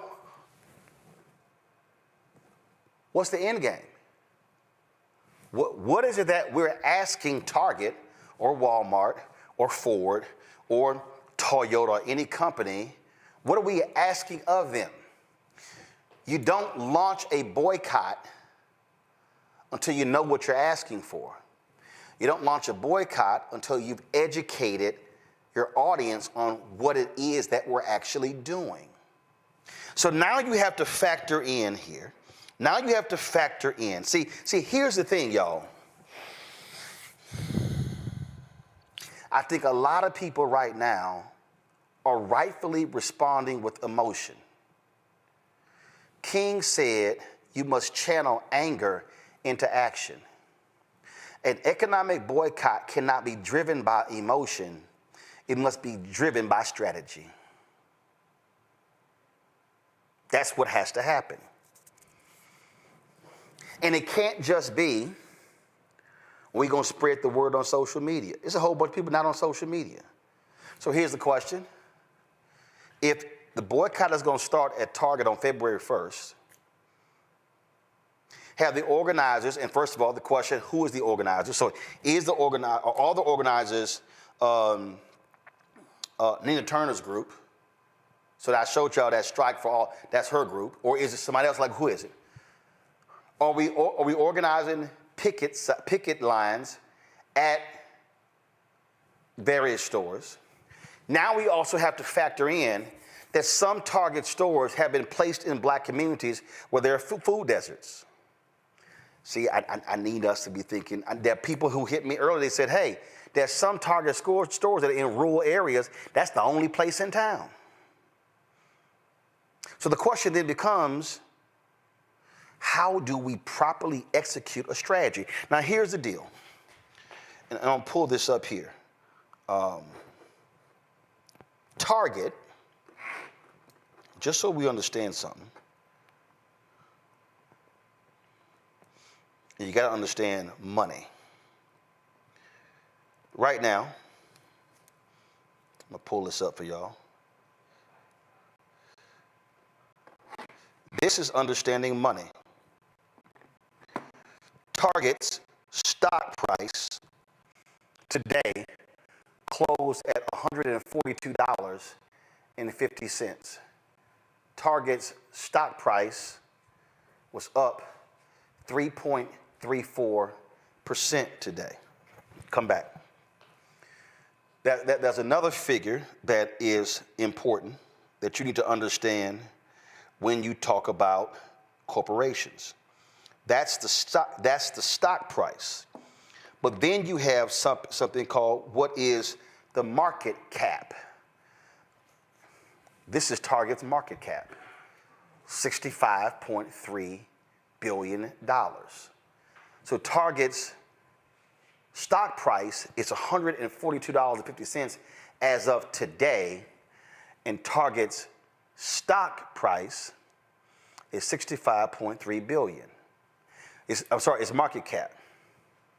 So if you're talking about an economic boycott specifically of Target, what is your goal? Micro and macro. So just so you understand, when we talk about Target, I'm going to give you some numbers to put this thing in perspective because people don't get it. And I was communicating with several people. I was communicating with accountants. People were sending me data I'm trying to find. And people were emailing me. They were texting me. They were sending me. And one person ran some numbers, but utilizing AI. And here's what they said. 2022, Target did $109 billion in revenue. The black spending power was total $1.6 trillion. They said you could approximate that African Americans represent 10% of Target's overall revenue, which is $10.9 billion. This translates roughly to $29.9 million per day in sales from black consumers. Which means if all black people, we know that's not going to happen, but let's just say if all black people boycotted Target for one day, Target would lose $29.9 million in sales. If the boycott lasts 7 days, Target would lose $209 million. If the boycott of Target lasted 30 days, that means the losses for Target could reach $897 million. That's 30 days. That means that if the boycott starts February 1st, companies, publicly traded companies, think in terms of quarterly reports. January, February, March is first quarter. April, May, June, second quarter. July, August, September, third quarter. October, November, December is the fourth quarter. So there are 2 months left in the first quarter. Publicly traded companies announce their earnings report in the second quarter about the first quarter. So it'll be in April or May. So if black folks collectively targeted Target over the next 60 days beginning February 1st, we could cause Target to lose $1.8 billion in sales. That means that stock price of Target, it's going to drop. That market cap, it's going to drop. How many of y'all remember when Snapchat changed their design? Do y'all remember that? Y'all remember when Snapchat did that? Well, a lot of folk forgot how influencers can change the game. Well, I never forgot that. Go to my iPad.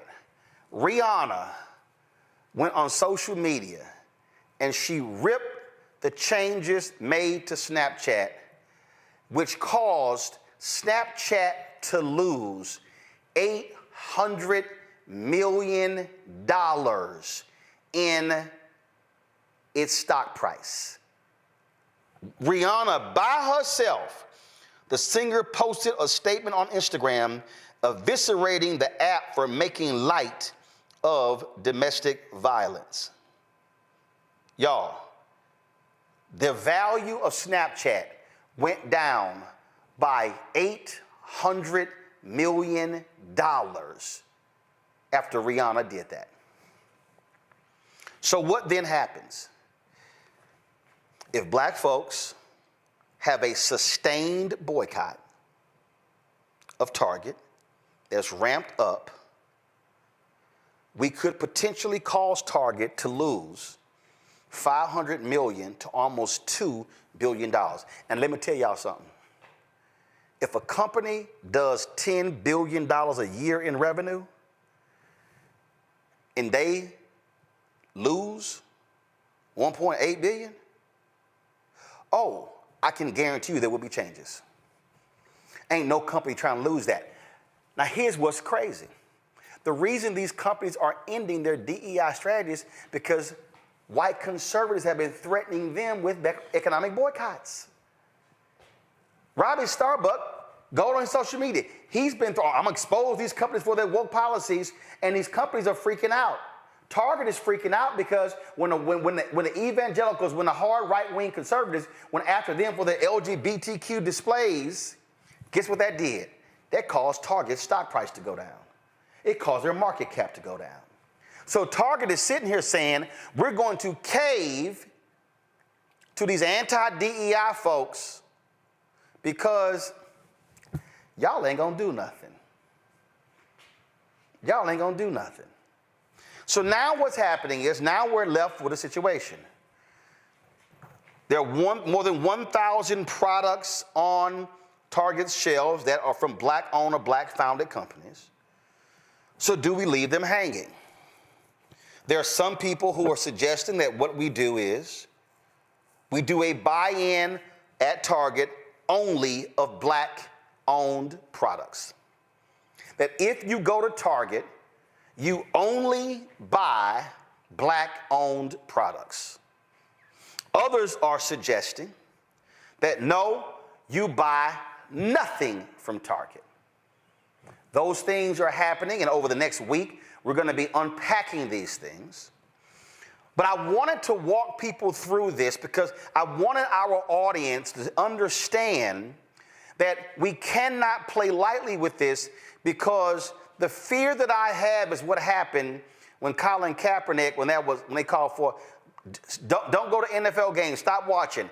It was loose, it wasn't organized, and it fizzled because it was not organized. It was not strategic. Folk made individual actions, but there was no collective action. Also keep in mind, there have been economic boycotts that Black people have led since MLK and Operation Breadbasket. Color of Change led an economic boycott where they had advertisers that pulled their ads from Rush Limbaugh's radio show, from Fox News, and from Tucker Carlson's television show. Very effective. I'm wearing this shirt here. Where's our money? The Black folks in Cincinnati. People forget. They had some issues with police brutality there, and they led, and the city of Cincinnati was not responding appropriately. The Black folks in Cincinnati launched an economic boycott saying, do not come to Cincinnati. Remember, NAACP had a boycott of Mississippi and South Carolina because of that Confederate flag rising. Family reunions, NCAA regional championships, professional sports, avoided those states until they brought the Confederate flag down. Those things were done because of collective action. And so what I want us to do, I want us to be not emotional. I want us to take our emotions and channel our emotions into strategic. I want us to do this here. Pull the Black businesses up. If you say, I'm sorry, Roland, I am going to make the decision that I am not going to go into a Target, fine, but I need y'all to go to their websites. I need you to buy direct, because here's the thing I need you to understand. If you buy direct, you're actually increasing their profits, because by buying direct, they don't have to share with Target.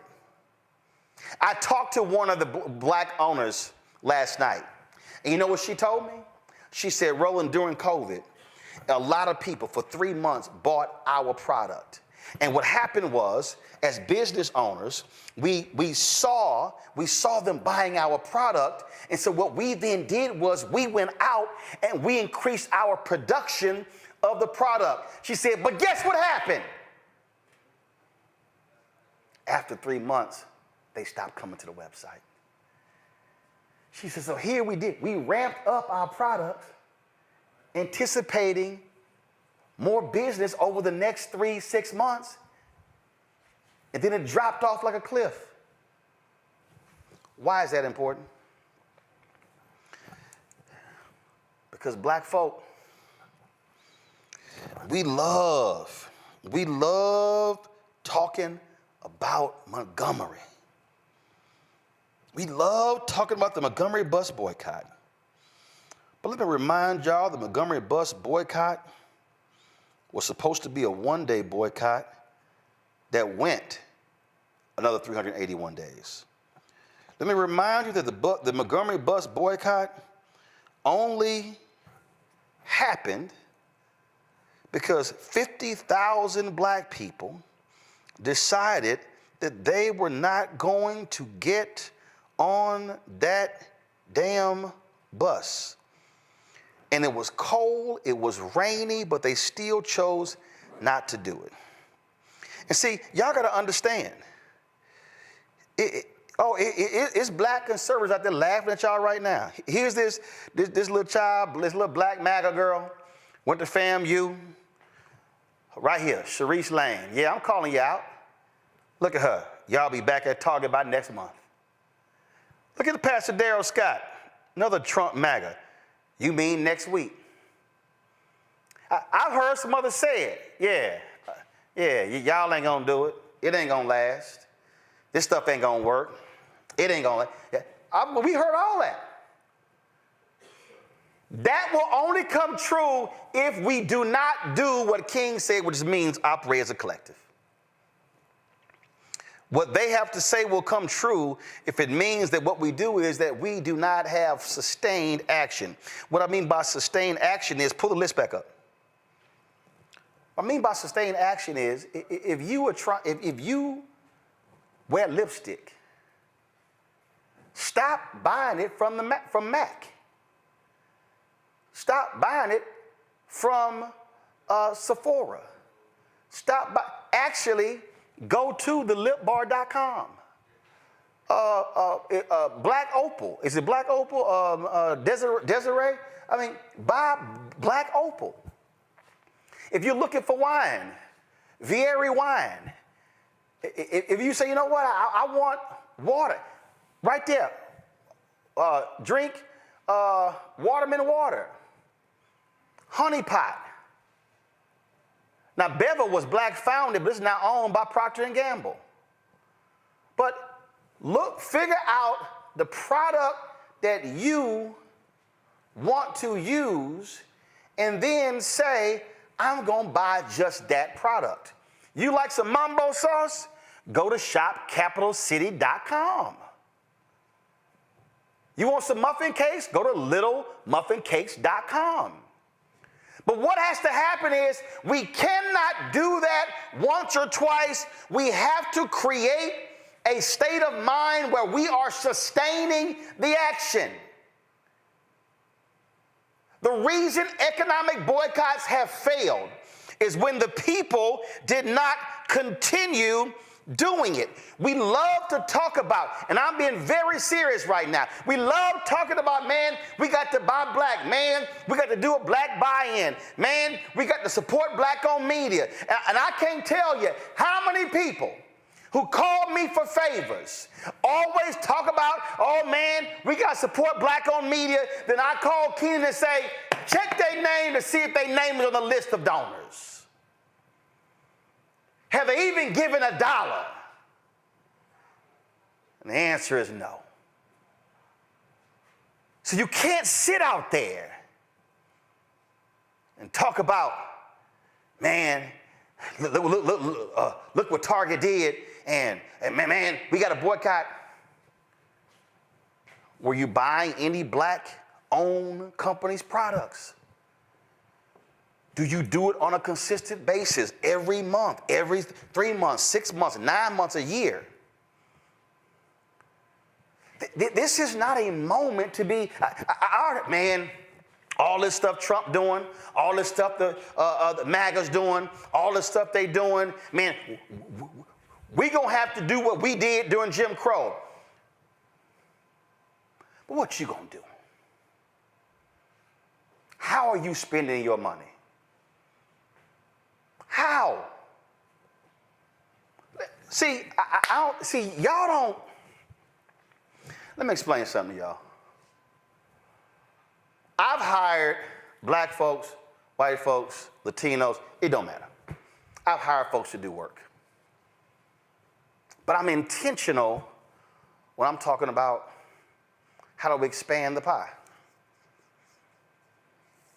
See, I don't need an official DEI program. Because when you do the right thing, you do the right thing.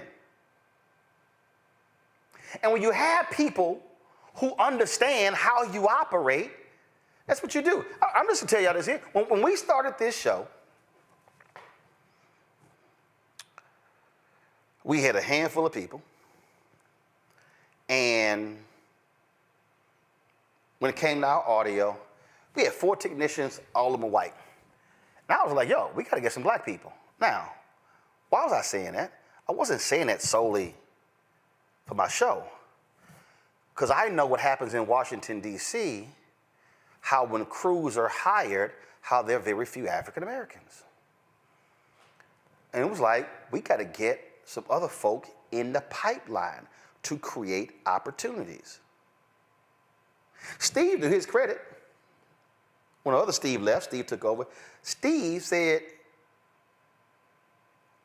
I'm training some additional folk including African Americans.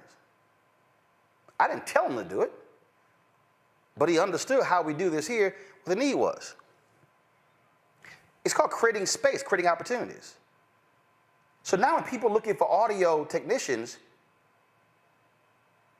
we've created a place for people to learn how to do it, and now they can get opportunities. Same thing with being videographers. Same thing with being caterers. Same thing with being event planners. Same thing with being lighting company owners. I'm going on and on and on. The reason DEI programs even exist because corporations were not doing the job in the first place. DEI today is nothing before the mama and daddy of DEI is the Chief Global Diversity Officer. The mama and daddy of the Chief Global Diversity Officer is the Vice President for Community Affairs. That's what they were called in the 70s and 80s, and then it became Chief Diversity Officer, then Global Diversity Officer, then it morphed into DEI. That's what this thing is all about. And see, I am not interested in DEI programs returning where 75% of the people with DEI jobs are, frankly, white women. What I care about, are we going to lose supplier diversity programs, business diversity initiatives that create economic opportunities for black-owned companies to be able to participate in this multi-trillion-dollar economy?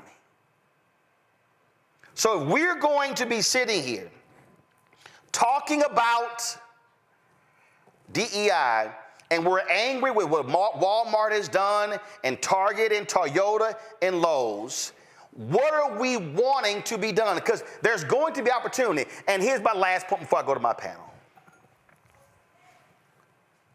You got to ask yourself this here.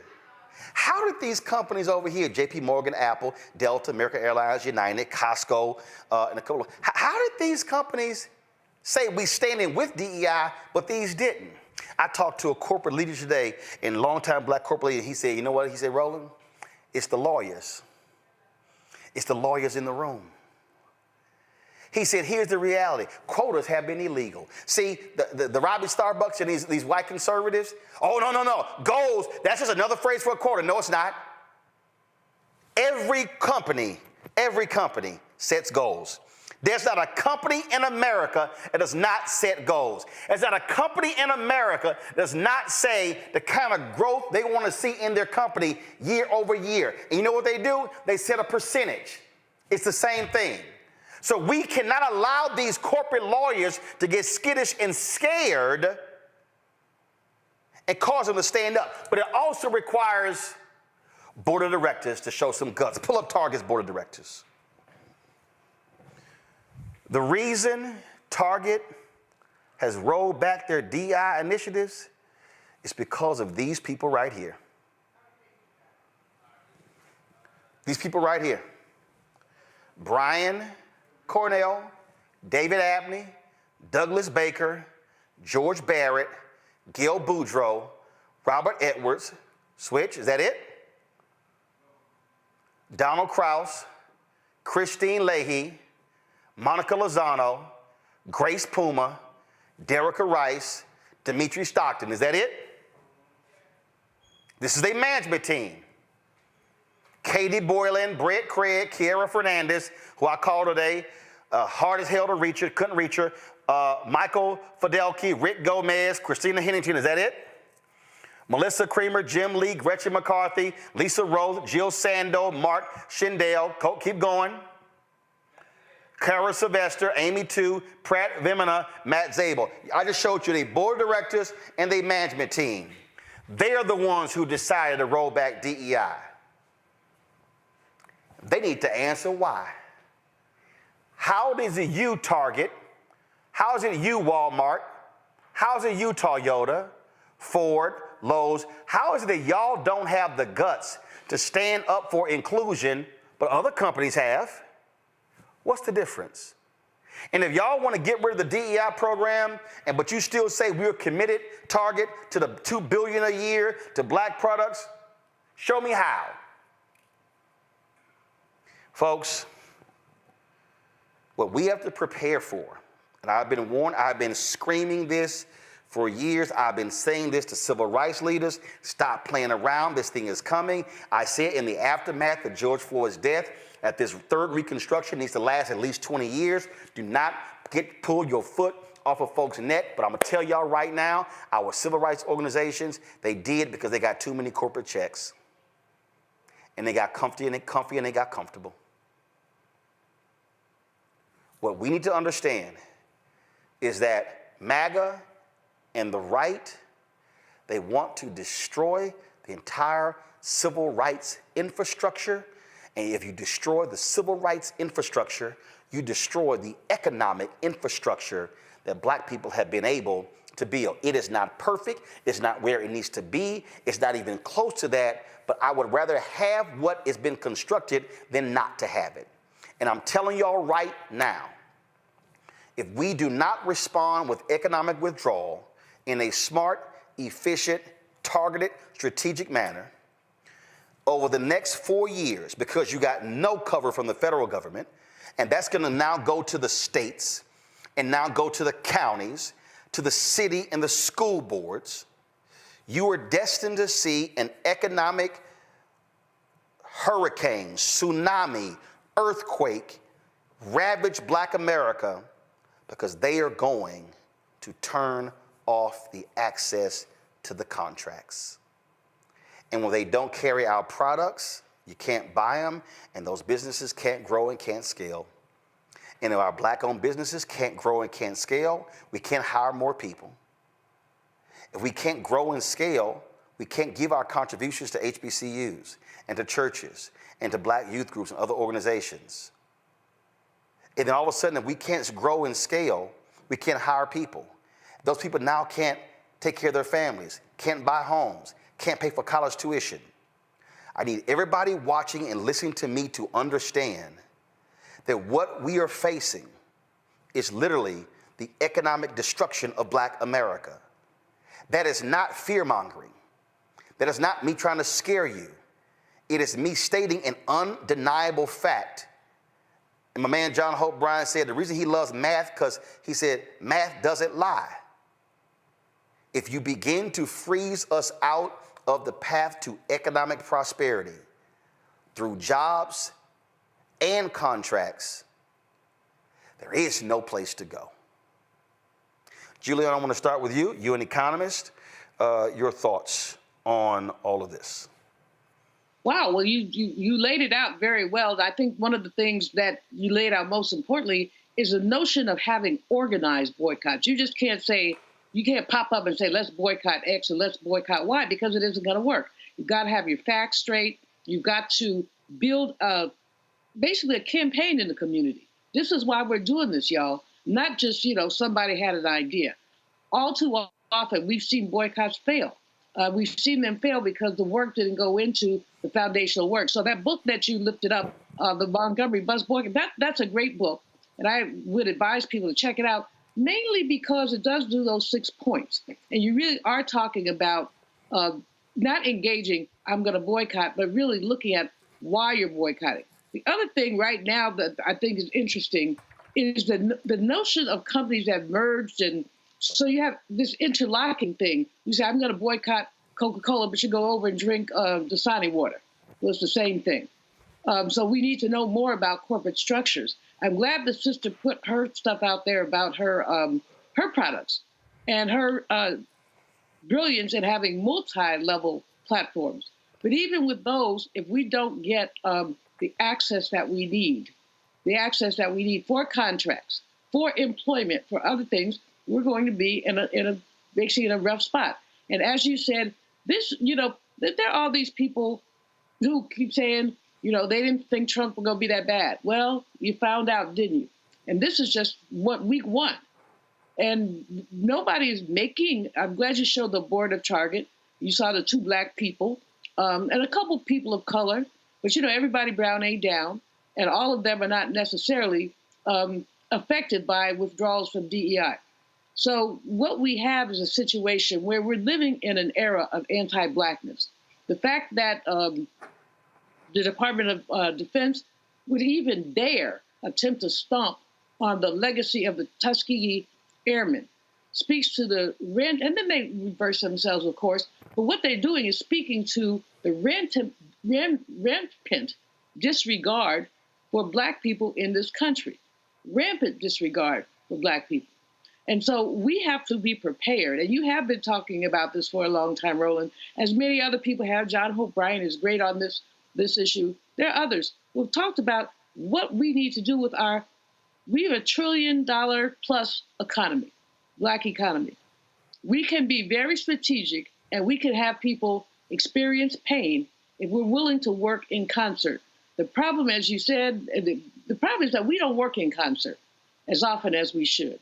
I mean, we basically, there not to be that much separation between us in terms of strategy.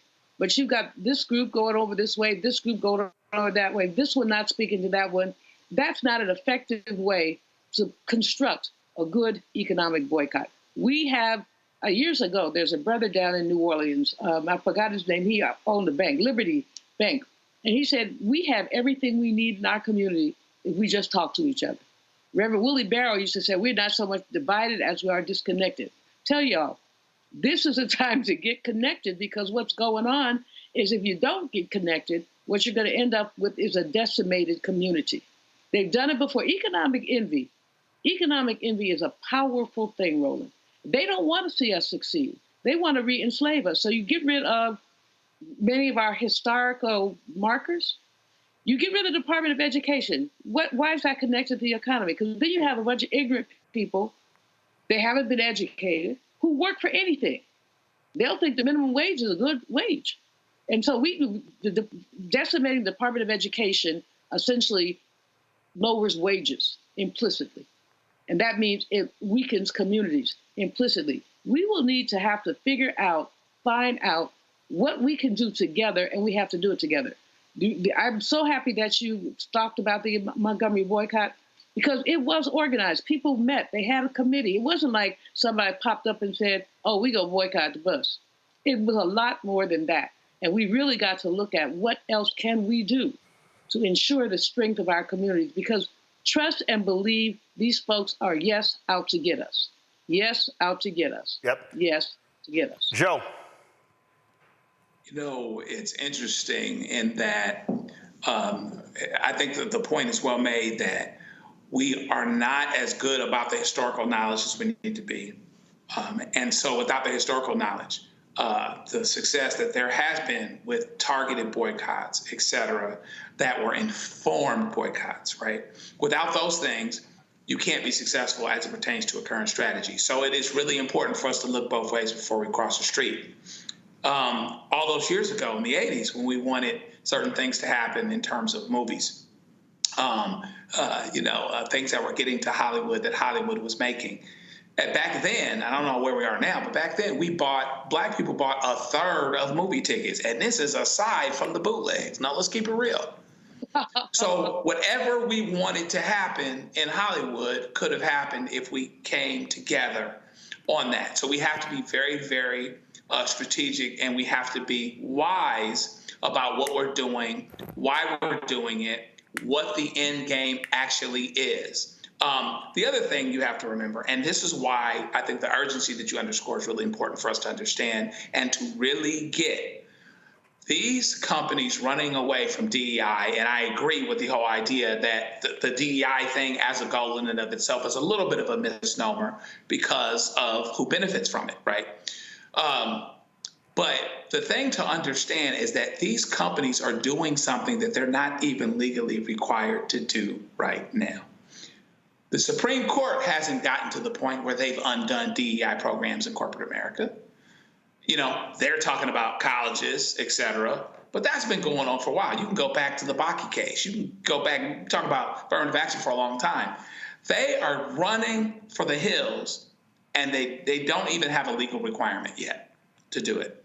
And so that's where our urgency comes from. And without strategy, as it pertains to all of these things, and they all connect, whether you're talking about how you deal with voter suppression, how you deal with economic disempowerment, and how you make your dollars count and work. My mom doesn't do Amazon because she's older, she'll have me do it, or she'll go to Walmart or Target herself, which means that with a lot of our consumers, social media is not going to do it. So you got to be able to be strategic about what we do, why we do it, and what the end game is, because the things that are happening right now are not even legally required to be happening as it pertains to what these corporations are doing. They're not even required yet, but they're scared of something. So let's get to a point where they're just as scared of an economic impact on this end, and then maybe we can start making some progress. Congo. Well, the question is, why are they saying this, right? Because you have the organizations, the Walmarts and the like, and those ownerships who are committed to Trump. But I'm thinking about like a Target, and I'm thinking they didn't even have to announce anything. Kind of going off Joe's point, right? Like they didn't even have to say anything at this particular point. So I don't even know if it's about a scare thing or if these organizations are emboldened to do what they didn't feel like to do what they've wanted to do all along. Dr. King talked about people believe in Black liberation on an installment plan, talked about Reconstruction ending, talked about the civil rights movement, where people say, like, we've given you enough rights and now we're stopping. You talked about coming out of the George Floyd murder, we needed to have a Reconstruction lasting another 20 years or so, and now we see that as closer to like 3, like 2.5 and the like, because of diversity fatigue. This is what we're seeing in these organizations. And so since Trump is emboldened to say stop all DEI, many of them are feeling emboldened to say the same thing. The way that we can be so successful is going back to one of your first points you said, Roland. What other organizations, what other groups of people, non-Black groups, are going to be down with this? Because the fact of the matter is that when you look at it, there are more of us collectively, numbers-wise, than there are MAGA people. MAGA folks can't keep Target running and Toyota running and all of these other organizations and corporations, but collectively we all can. But I feel like these companies are emboldened enough to say that folks are not going to come together. They are not going to stand strong as it relates to demanding DEI. And so we can basically run rampant and do whatever we want. And it is up to us to prove them wrong. When you went on Instagram earlier today and said you were going to be doing this tonight, I put it on my story. I'm like, folks got to tune into this, because so many people were just waiting for a plan. When I saw some organizations say we're going to take 90 days and come back with a plan, I'm like, why wasn't there already a plan in place given what Trump was already running on and what's been happening? Yep. So I respect you, Roland, for giving us a plan and a blueprint of where we should be going. And it doesn't take us that long to have to do it. So folks out there need to be listening to Roland right now, because not only is the institutional knowledge there, but the resources and the connections of Dr. Malvoz and all of us are there who can help us in this particular time. So thank you, Roland. Folks, this stuff is real. If you want to understand, and this is, y'all, education is so important, get Martin Depp's book. And I'm telling you, I know I've sold more copies of this man's book than he has. You can see how my book is worn.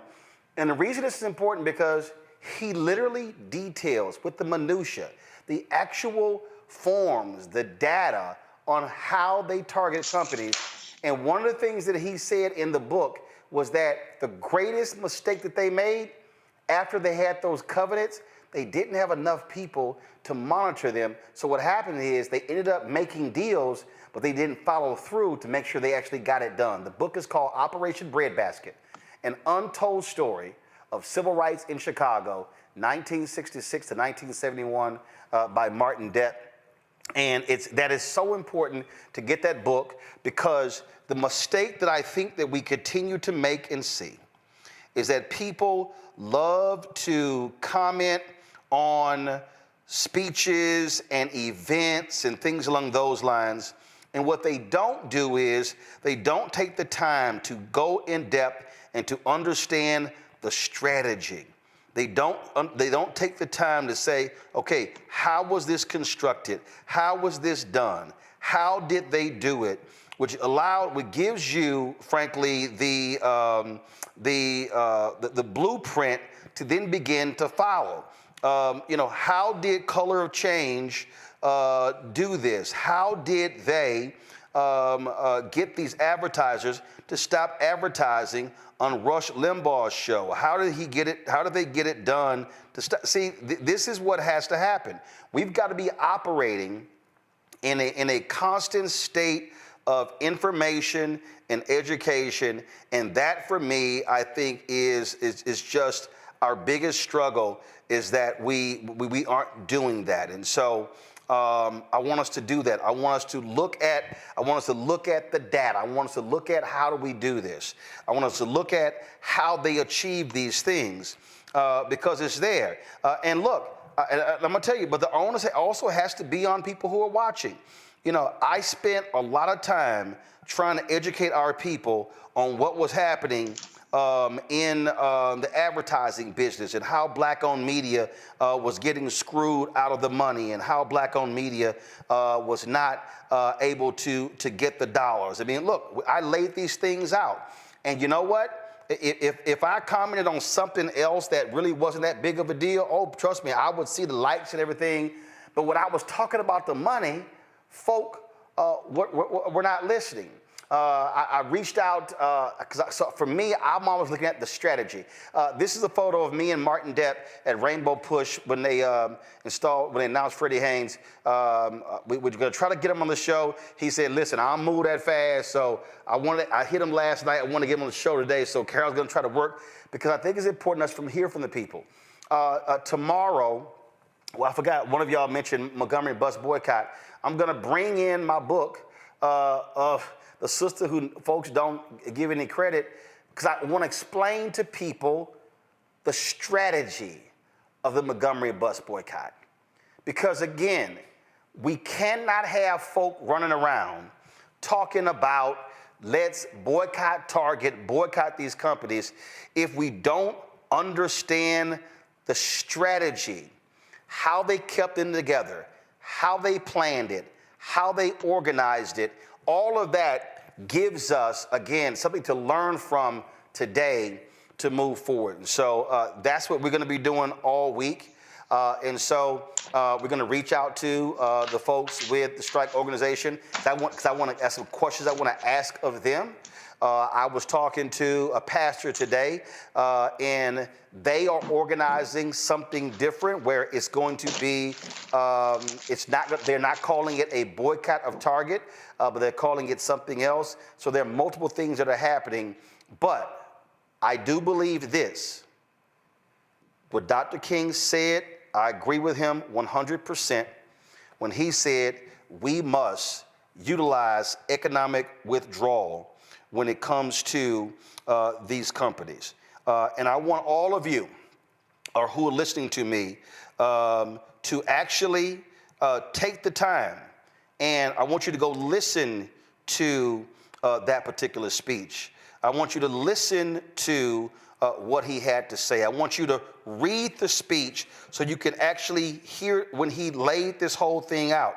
Because I'm telling you, every time I talk about this here, people think I'm crazy, and they go, man, I never heard any of that. And so what we'll do tomorrow is we're going to play that part where he talked about economic withdrawal, and we're going to play the part where Dr. King talked about how we need to have collective action, how we must have unity in order to make it happen. And so that's what we're going to do. And so, y'all, this is why we don't waste our time with gossip and Real Housewives and all that kind of stuff, because there's enough of that mess out there in Black America. This is real. We're talking about billions and billions of dollars. Let me say that again, y'all. The federal government spent last year more than $600 billion on contract and services. Just the federal government. Black people got 10 billion of the 600 billion. In this space alone that we're in, media, almost 400 billion is spent every year on advertising, and black-owned media gets 0.5 to 1%. We can go sector to sector to sector, and we can show you 0.5, 1, 1.5, 2%. It does not mean that we do not have the knowledge, the expertise, the smarts, the intellect, What we have not had is the opportunity to be able to access and show what we can do. And in America, if you want to understand America in a nutshell, only in America can you go from an esteemed, retired, 4-star general who was the Secretary of Defense to a Fox News host who's a white guy. That's America. And that's what we up against. Where they call the black guy 4 stars, led troops in command, a DEI hire, what they call an accused drunkard, a great choice. That is America. That is America. Joe, Julian Omokongo, I appreciate it. Thank you so very much. Folks, the work that we do is critically important. Your support is critically important for us to continue doing the work that we do. All of this costs money. All of this, the ability for us to travel around the country costs money as well. And so when you donate to this show, you are helping to propel a Black-owned media news and information network that, again, nobody else is doing. What I have just laid out for you in the last 1 hour and 15 minutes, you're not seeing this at Essence, Black Enterprise. You're not seeing it at Blavity. You're not seeing, matter of fact, I found out over the weekend that Byron Allen shut down the Griot network. They shut their app down. The linear network, it was dead as of January 1st, 2025. So the Griot sure as hell not doing it. It's us. It's us. You ain't having this conversation on Revolt. You ain't having this conversation on the Black Target Network like Aspire and Bounce. It's us. And in order for us to keep doing what we do, we got to fund us. So you want to give via Cash App, use the Stripe QR code that's hit right here on the screen. If you are listening, go to the blackstarnetwork.com to access the QR code. If you want to give via PayPal, it's paypal.me/rmartinunfiltered. Venmo is rmunfiltered. Zelle, Roland at rolandsmartin.com. Roland at rolandmartinunfiltered.com. Send your checking money over to P.O. Box 57196, Washington, D.C., 20037-0196. All of y'all on YouTube, y'all should be hitting that like button. We had almost 5,000 people. We should be have more than 1,900 likes. Download the Black Star Network app, Apple phone, Android phone, Apple TV, Android TV, Roku, Amazon Fire TV, Xbox One, Samsung Smart TV. If you want to get my book, White Fear, How the Browning of America is Making White Folks Lose Their Mind, available at bookstores nationwide. You see it right there. You can also, I tell you what, depending on what happens, Target might be removed from this graphic to get the book. They keep acting the way they do. Download the audio version, which I read on Audible. You can also, of course, get our Roland Martin Unfiltered Black Star Network merchandise. Our 2 shirts that we're pushing, hashtag, we tried to tell you, FAFO 2025, and don't blame me, I voted for the black woman. Get those shirts or the Roland Martin Unfiltered shirt right at rolandmartin.creator-spring.com. The QR code is right there as well, or go to blackstarnetwork.com as well. Folks, that is it. I'll see y'all tomorrow. Actually, tomorrow I'm in Atlanta, but we're going to continue this conversation, and then we're going to be doing it all week, so I'll see y'all. Take care. Holla! Black Star Network is here. Oh, no punch! I'm real revolutionary right now. Thank you for being the voice of Black America. All momentum we have now, we have to keep this going. The video looks phenomenal. See, there's a difference between Black Star Network and Black-owned media and something like CNN. You can't be Black-owned media and be scared. It's time to be smart. Bring your eyeballs home. You dig?